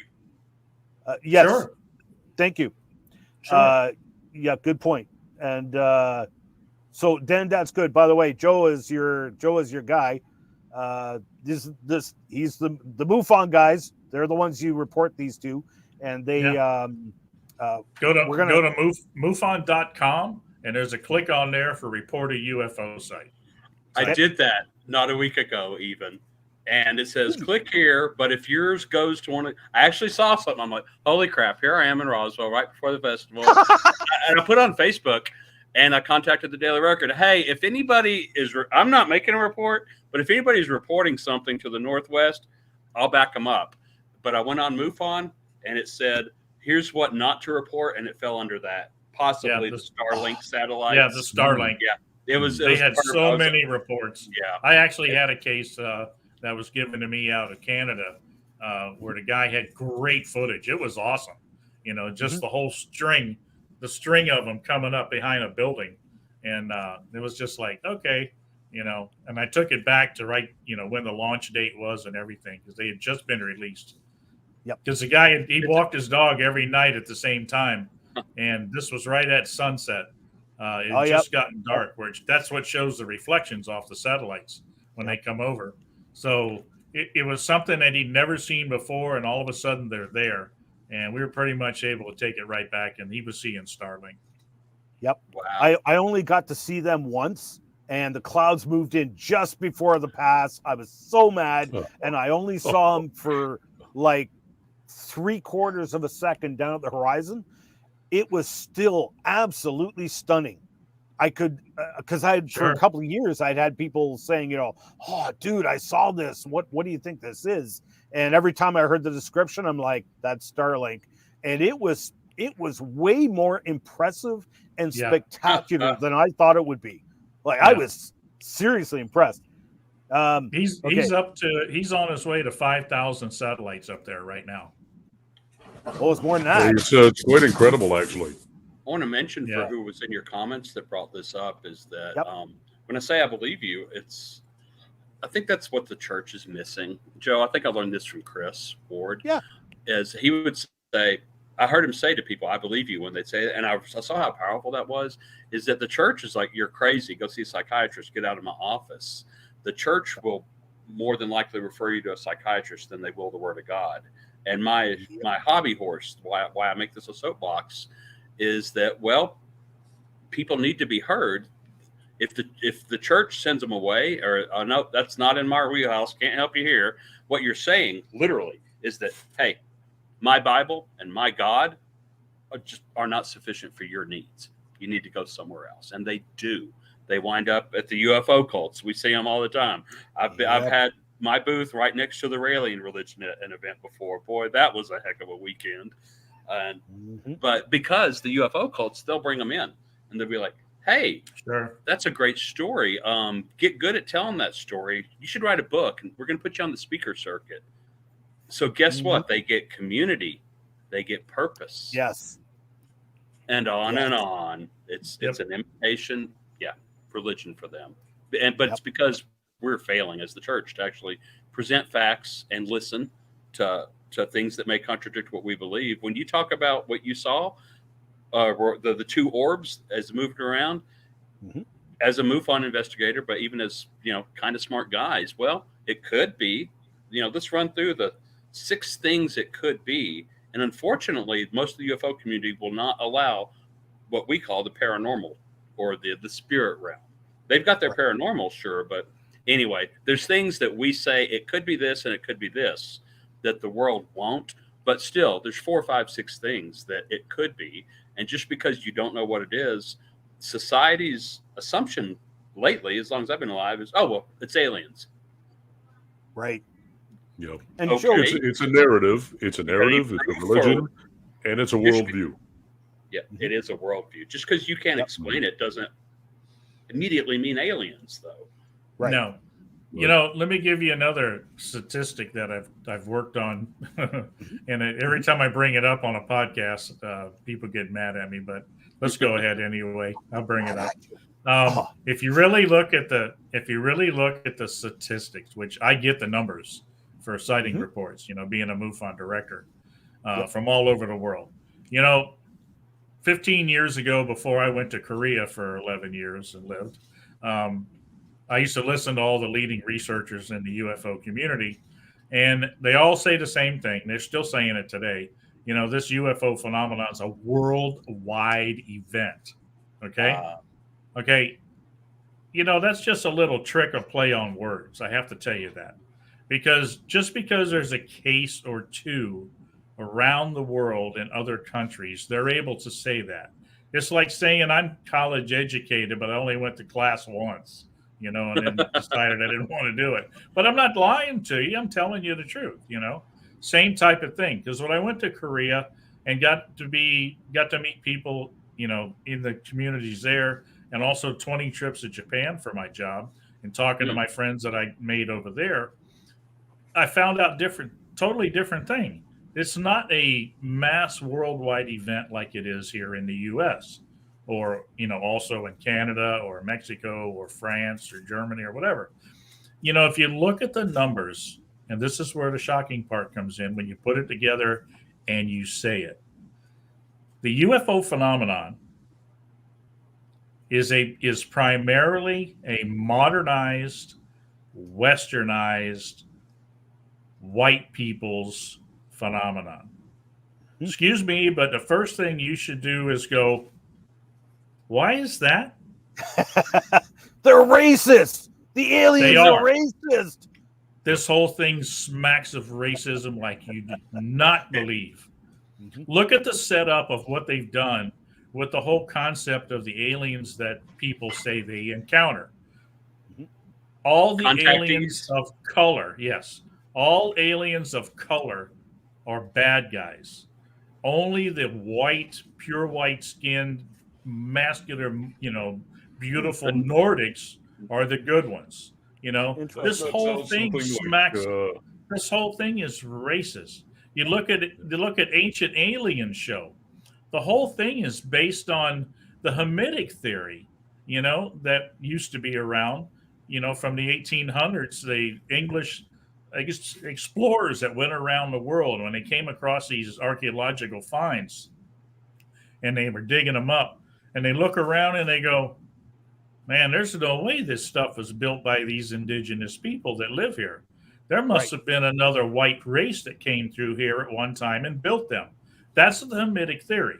So you get to Ancient Aliens, and what's happened there is you've got von Däniken, who wrote Chariots of Gods, that got this whole thing started, and said it was built by somebody from up there. Okay, well, why did that even start like that? Because if you look at the history of von Däniken, he was like 17 at the end of World War II. He's Austrian. He was living under, by a Nazi regime controlling where he lived. Okay. When he got into his studies in archaeology and went to publish his stuff, now by that time, we're moving into the late 50s, mid 60s time that he's ready to publish. So, because he published right around the late 60s. Well, times they are a changing back then. Okay. And you had to deal with, the black races coming to be trying to get their rights. So he had to be real careful in how he publishes this book. So, in other words, to be politically correct, he wasn't going to use the Hamitic theory anymore. Okay. He's going to have to use something that's going to be acceptable to sell that book. And that book, he decided just to say that no humans built that stuff. It was built by Ancient Aliens. So people that are watching and getting caught up in this whole Ancient Aliens show, keep in mind that whole thing is just as racist as this phenomenon itself is. Good point. I was hoping I was wanting to hear you unpack that. Like you showed me that in the book once. Like you were going to drop it in a lecture, and then last minute you're like, I don't think I can do it. Yeah, you just make everybody mad. Has anyone seen the interview with Ben Stein and Richard Dawkins? Yep. On abiogenesis and the origins of life, and how Richard Dawkins started veering into the alien realm, how we could be seeded by aliens and so on. And then you've seen it, and then Ben Stein comes out and talks about, wait a minute, you believe in aliens and where did they come from and so on. Well, they could have come from a higher level of intelligence. And then Ben Stein's like, wait a minute, we call that God. What an amazing interview that was. And I think that just that little segment was just, I think it caught Richard Dawkins so off guard that it just took a moment. He had to sit back and not say a word for 10, 15 seconds. And the stutters came out. And to me, that was so telling. That happened. The Raelian religion, the UFO cult, so to speak, trying to rebuild their landing pad in Jerusalem right now. But that's what they say. They're aliens. We're scientists. I hadn't heard about that. Who got kicked off of it. Oh, yeah, look it up, man. Trying to build it in Jerusalem. An embassy. An embassy, thank you. An embassy, yeah. to welcome our creators who were just scientists on another planet. That stuff wasn't allowed there, so they came to a pristine, lifeless Earth and started their science experiments. And but they always push it back. You're like, okay, well, who made them? Well, there's another ones before them. Well, who made them? And they say it's infinity. And we're like, God, the uncreated creator, the first movie, the first thing outside of time, before time, and all that stuff. And that just, it's hard to wrap your head around, I guess. But it's no worse on it, just from all things equal. It's no worse than saying, well, aliens and higher consciousness, and back it up to infinity. It's always been that way. No, but it's, man, that ancient aliens and all that, because we hear it now in culture. It used to be, I've said before, I don't know how long ago, that I used to think my target audience for this teaching stuff or whatever was the UFO cults, the crazies. But no, now it's half the country watching TV. Yeah. The TV is telling you that when the fire by night and the cloud by day, that the Israelites were falling. Well, that was a UFO. See, God was helping with a UFO.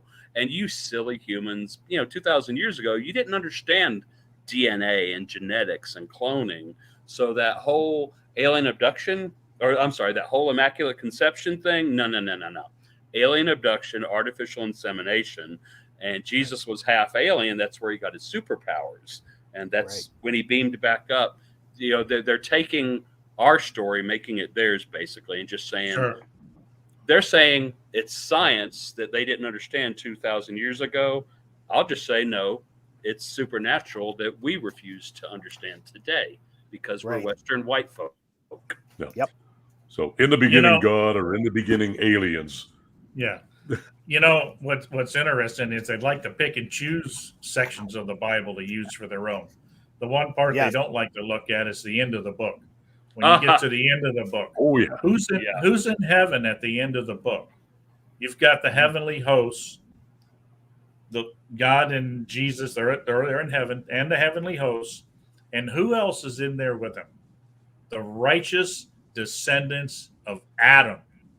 Adam's from Earth. There's nobody else there from any other world. Good point. Just the righteous descendants of Adam. I like how Dr. Mike Heiser had said in the past, that whole end of the book. Let's take that logic that I just said. Now let's take that to the end of the book. So you're saying aliens are going to come and kill all the unbelievers on earth and collect the righteous to heaven? That's aliens. Well, you better become a Christian believer then, or the aliens are going to kill you. Exactly. He didn't say it exactly that way, but you've heard it from him, I believe, a little bit too. Yeah. Dr. David Allen Lewis, my mentor, when I first got into all of this, his belief on all of this is, I'm still more and more understanding what he was saying and more agreeing with what he was saying. He believed that this is a possibility. The whole thing is going to be the excuse that's used for the rapture of the church, because nobody else will be able to explain it. Only believers will be able to explain it, but they're going to be gone. Okay. Right. And the excuse they're going to use is they couldn't be changed to move forward. Okay. So they were taken out of the picture for re-education. That's what this whole after is going to be, what the people that are left here are going to be dealing with. That's the message they're going to get. Religious folk were holding your planet back from evolving to the next spiritual phase. Yep. Their vibrations were low, so we had to get them out of the way. So the rest of you, oh, by the way, the planet's blowing up now. Yeah. Well, and the Nicolas Cage movie, knowing the end of that, same thing we've been talking about, really. Yep. Well, and what you said, Joe, earlier, which maybe this didn't come across, so I'm just going to reiterate it to the viewers. You were talking about the one who restricts the Holy Spirit, the restrainer, which is the Holy Spirit, which the Christians have. Right. Well, as we all know, which many of the viewers may not be aware of, these supposed aliens that people keep encountering, of course, they are removed and rejected by the name and power of Jesus Christ. So if this was ET with, incredible technology and powers, why, first of all, are they coming to planet Earth to tell people, hey, you should get involved in the occult? Why would they do that? And why are they subject, as Guy put it, why are they subject to the name of Christ if they have all this superior technology? And if you remove the Christians, you remove that authority anymore. Who's going to invoke the name of Christ against the aliens now, against these demons posing as aliens coming forward now? Who's going to rebuke them and reject them and shut them down? The Christians are gone. There's going to be nobody. That's for years and years. That was Guy and I's 1-2 punch talks we used to do. He covered the messages that were the new age gospel that they bring with contactees and experiencers, and I would come in with the evidence, which were the testimonies. Right. Yeah, the first time I got invited to speak at basically a non-Christian conference. I'm not talking about the people, but just the event. It was in Angel Fire, New Mexico. And I'm like, so it was someone that knew me. I'm like, are you sure you want me? You know my views, right? And she's like, yeah, I think it'd be a wonderful compliment to I want all views on my, and she scheduled me for Sunday morning. So she's like, so go have church. But I was given 45 minutes to speak, and I realized I have a cold audience that doesn't know the Bible from a hole in the ground, and I got 45 minutes to make my case. And it was for the first time that I dropped what you said. I dropped the rapture from my explanation, got Genesis 6. I realized you don't need any of this stuff that we're all still fighting about. I mean, rapture, schmapture, blue beam, I don't know, because I love what you said 20 years later. And David Allen Lewis's book is still, you realize that's happened to me a few times. I realize something settles in a lot better than, but anyway, 45-minute talk. I did the messages. Like I said, here's what they say. It's completely, I gave basically your talk and the evidence of Bill and being floated, and that, yes, the name of Jesus makes them leave. Why would someone with advanced craft respond to a dead religious person's name if there were no power in it? And then the abilities of the visionary experience, which it's harder to get into. But yeah, 45 minutes, there it was. And yeah, I didn't get lynched, but nobody was. I didn't get hugged either. But yeah, it just the messages and the fact that they flee in the name of Jesus really helps end the debate. If you're open to, I'm open for the UFO believers to change my mind with any evidence or any good arguments. Even I just hope that what Joe has been doing. Thanks, Joe, man. Good work, man. All these years. Oh yeah. The thing is, it's getting closer and closer for us to make it easy to speak with them, since they moved. It's been a transition for decades now. This whole thing. Remember in the 50s they were humanoids from planets here close to us, Venus, in our solar system. Venusians. Yeah.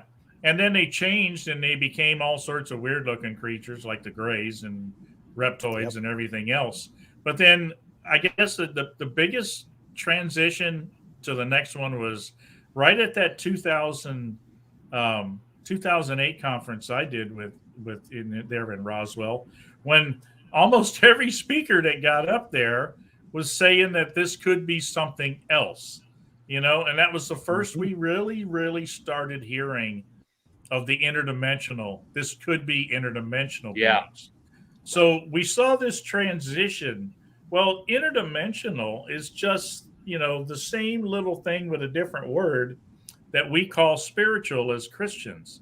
So I think if you really look at what we have for potential now to share with these non-believers that believe in the UFO, this UFO stuff, I think it's no better time in history of humanity has the church got this opportunity to be this close to talking the same language as them.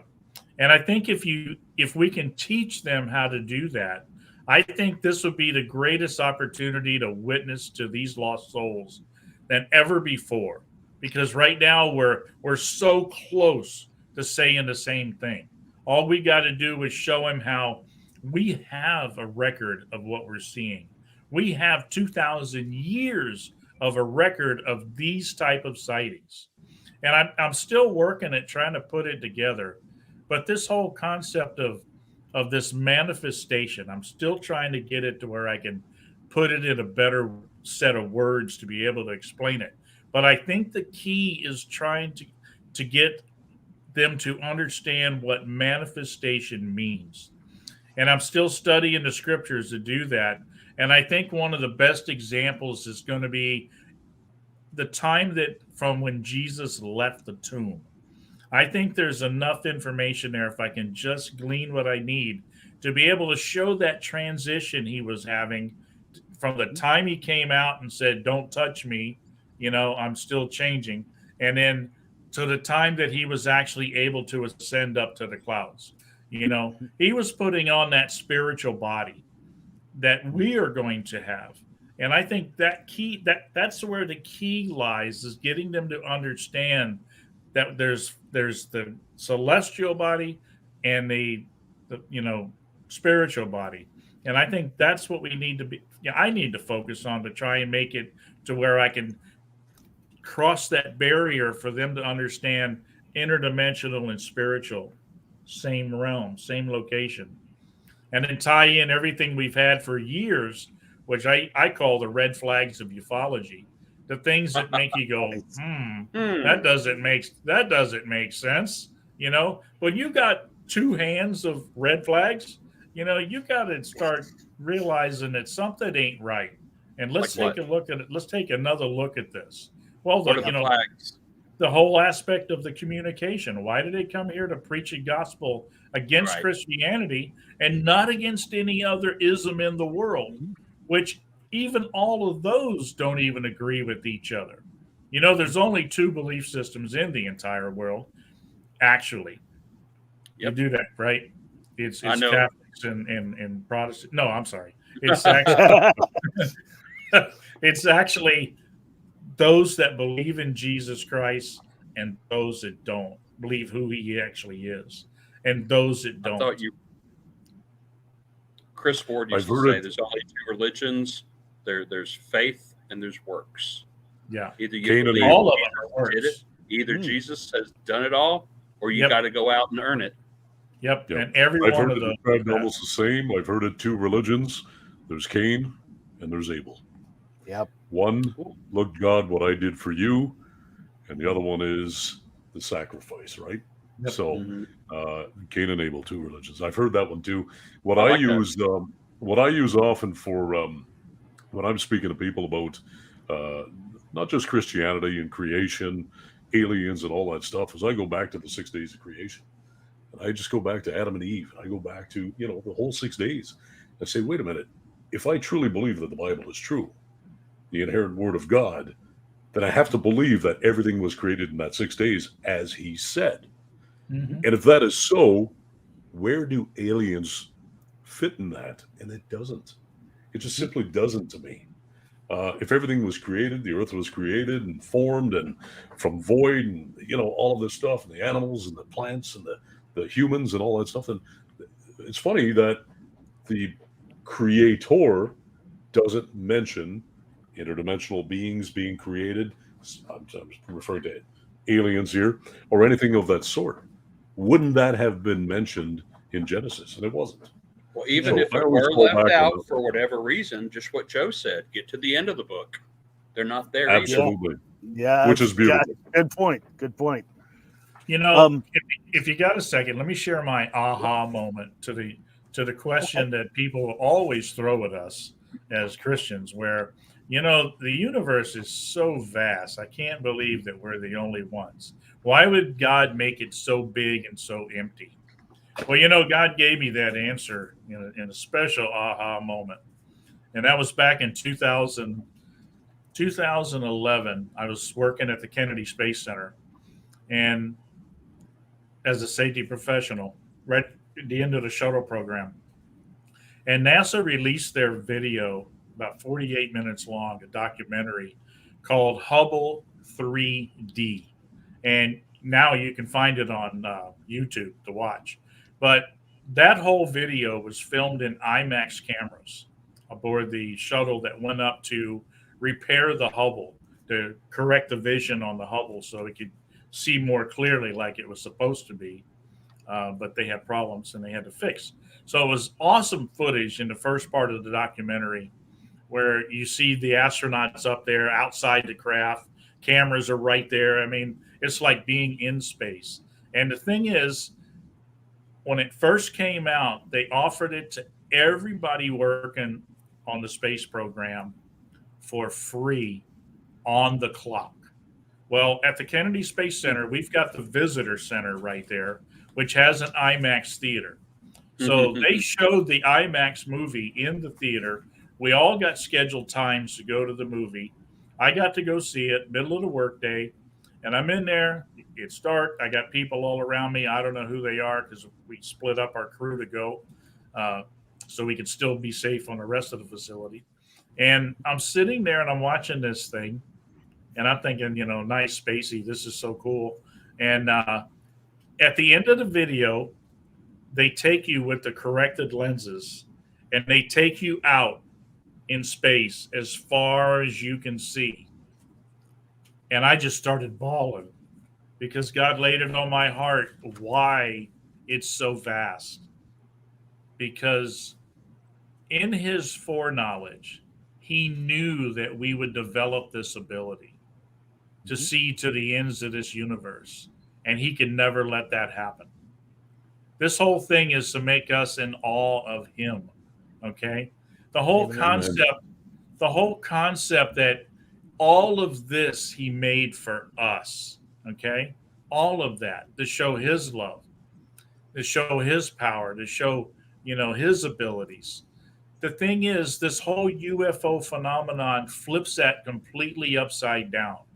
If you believe in this UFO phenomenon, like Guy said earlier, you become just a nothing on this planet, in this solar system, in this galaxy, in this universe of a gazillion galaxies. You become nothing. You become so non-important. But just imagine what God says. He says you are all important. I made all of this for you because I love you. And I just came out of there trying to get my eyes clear when the lights came up. I thought, oh man, everybody's going to be seeing me. Don't wonder what's happening. But I was forever changed in that moment when he laid that on my heart in that movie, because he knew we were going to be building this. This is the Tower of Babel, that tell us these telescopes.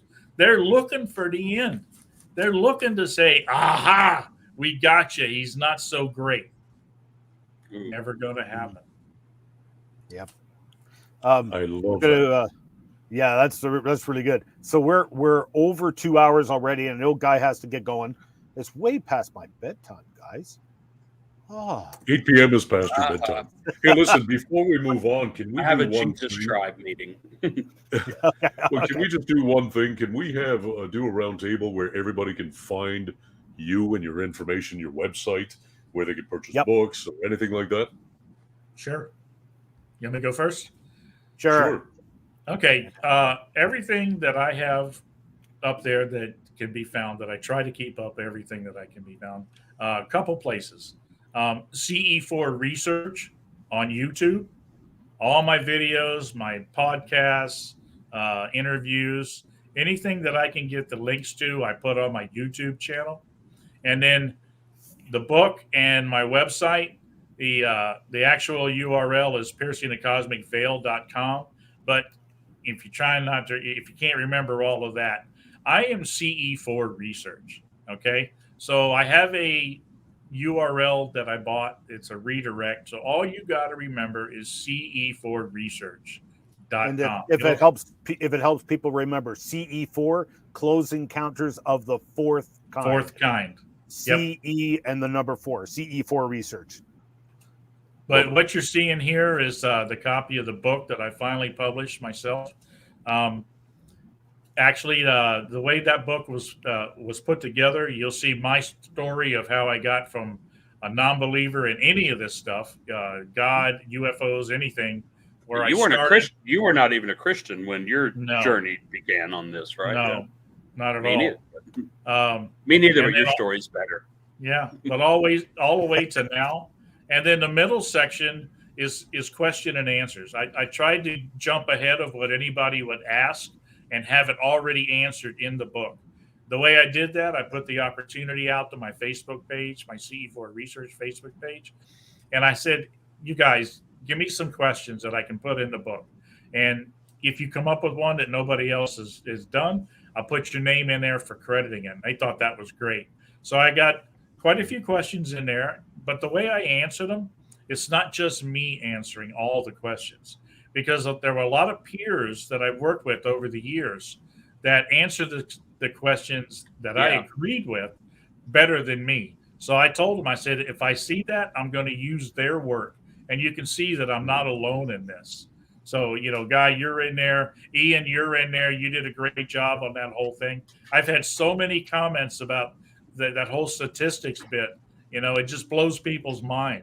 Look at the statistics of what it would take to randomly, for Earth and everything to randomly happen. And you want to duplicate it? The numbers are so big, you can't even fathom that in your mind. And then the last part of the book, the biggest part of the book, is the testimonies. I've got over 60 testimonies in the book, and I still got another 150 or so on the website, and I'm still sitting on about another 200 that I haven't even posted yet. So these testimonies, they still continue to come in. There are people that go, I've done that. I've stopped my experiences through calling out in the name and authority of Jesus Christ and a relationship with him.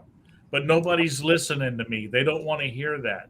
And that's when I say, share that testimony with me, because my mission all along is to document those to where I can say to the world, how many does it take for you to get this? Right on. And then if you want to contact me, I'll put it out there. CE4president@yahoo.com. If you have a testimony to share, and if you have a testimony to share, or you just need to talk to somebody because nobody listened to you, reach out to me. I'll talk to you. Right on. And that is linked in the description for the video on Rumble, by the way, everybody. That's contact is info is in there.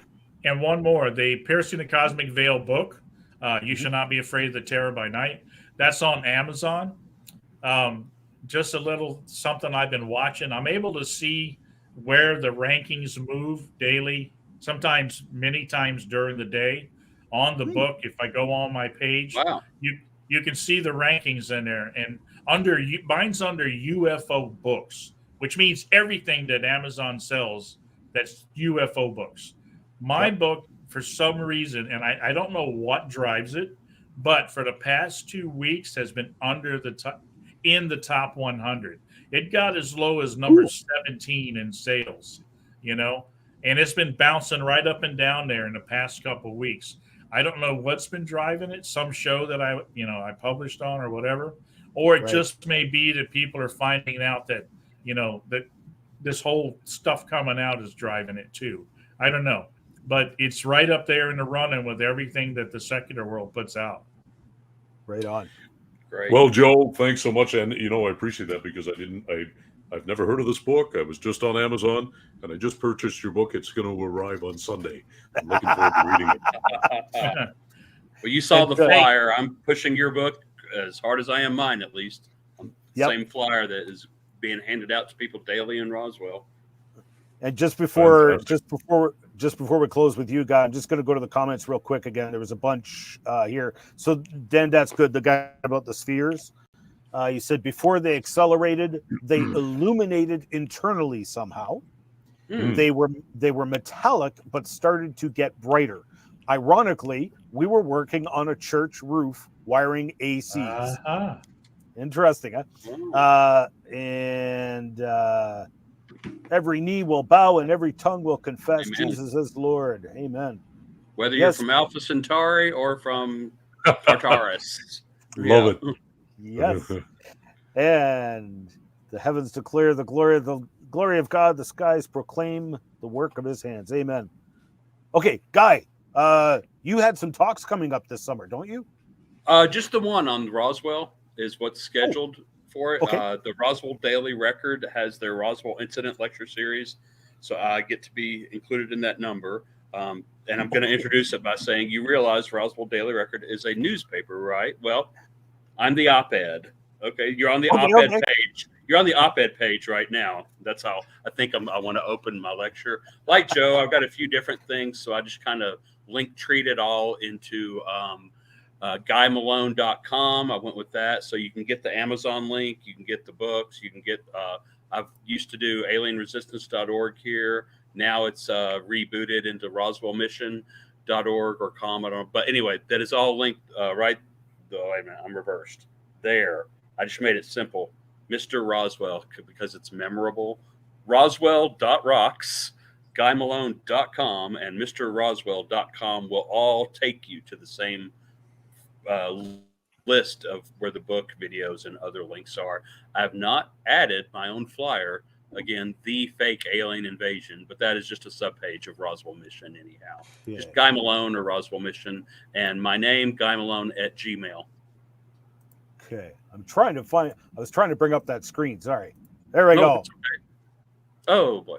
Well, there you go. So anyway, It's just a link tree. I don't know why right now you actually have to refresh it because none of the links work the first time the page loads. But if you want to just pick something, click on it, and you see like I can't do it. You can do it. Yeah. Yeah. Contact, Twitter. Look at them all. Look at this all. Let me blow this up. Ah, there you go. Wow. There's a lot of stuff on there. Yeah, but that's the Amazon link to the book. That's to the couple videos I've done. I've also got a couple other topics. LinkedIn, if you need a copy editor or proofreader, I'm freelance. Oh, cool. Okay. Right on. Okay. Good. Al. I'm gonna need you, Guy. Right on. Al, anything you want to close with? You get friend rate, okay. I think that's free, right? Oh no, I'll cover you. You always have, actually. Many ways, brother. Al, is there anything you want to close with? Ian, one more for Al takes over and closes. You said you had an in-law in the chat? Yes. You don't have to say your sister-in-law. If she's interested in the book, send me a mailing address and I'll send her a signed one. Oh, that's so sweet of you. She'll like that. That's amazing. Yeah. Cool. And you send me Al's address too, and I'll send him a signed one. And Al, you can give yours away when you go to share the information with somebody who you can give the other one somebody who needs it. I love it. Right on.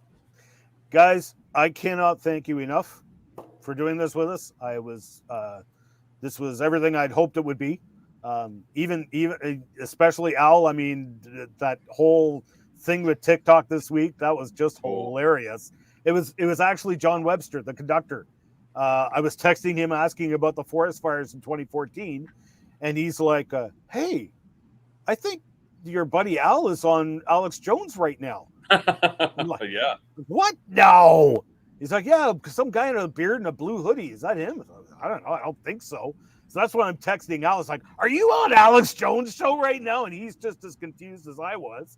But they just played his TikTok video in its entirety. And that was like 1.4 million views at that point. And so anyway, unreal. It's nearing the 1.7. I'm still blown away by it. Again, it was unexpected. I've posted a couple of videos since, and a couple of them have gone, they're going viral. They're over 200,000 already and stuff, and this just posted today. So it's been great. I think honestly, the way I look at it, this isn't coming from me. This is coming from him. It's truly a blessing, and I feel blessed for it. So thank you to everyone that does view it and share it and so on, because I also post not just the political side and everything else, but I do a lot of Christian videos as well. And it's to educate people on the Bible, creation, and our Savior. That's what it's all about for me. Amen. Amen. The word commands us to knock down strongholds that exalt themselves. And that's when I said earlier why I strike at the heart of the Roswell crash so much. and about that being their empty tomb. I really a sense of God's anointing was on me when I was like dealing with that topic. It seemed so secular and so not religious, and it wasn't until I realized it is the main stronghold in the world as far as perpetrating belief in the alien life. It's the one thing that people look at and say, aha, aliens are real because of Roswell. And I don't know if I drew the short stick or if I was, bad, a bad kid or whatever, but God chose to send me here. And I'll end by saying I moved away for 5 years and I wearied in well-doing, as they say. Thought, I don't know what else I wanted out of life, but it wasn't what I was doing.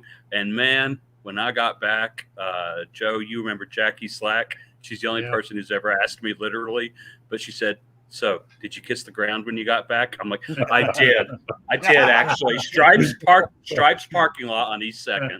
I did. So yeah, don't run from God, kids. Nope. He's going to find you. Yeah. Right on. Ian. Yes. Ian, one correction on a pronunciation. Yes. When you're talking about, it's pronounced. Oh, It's pronounced My Coco. America. America. America. Americans. America.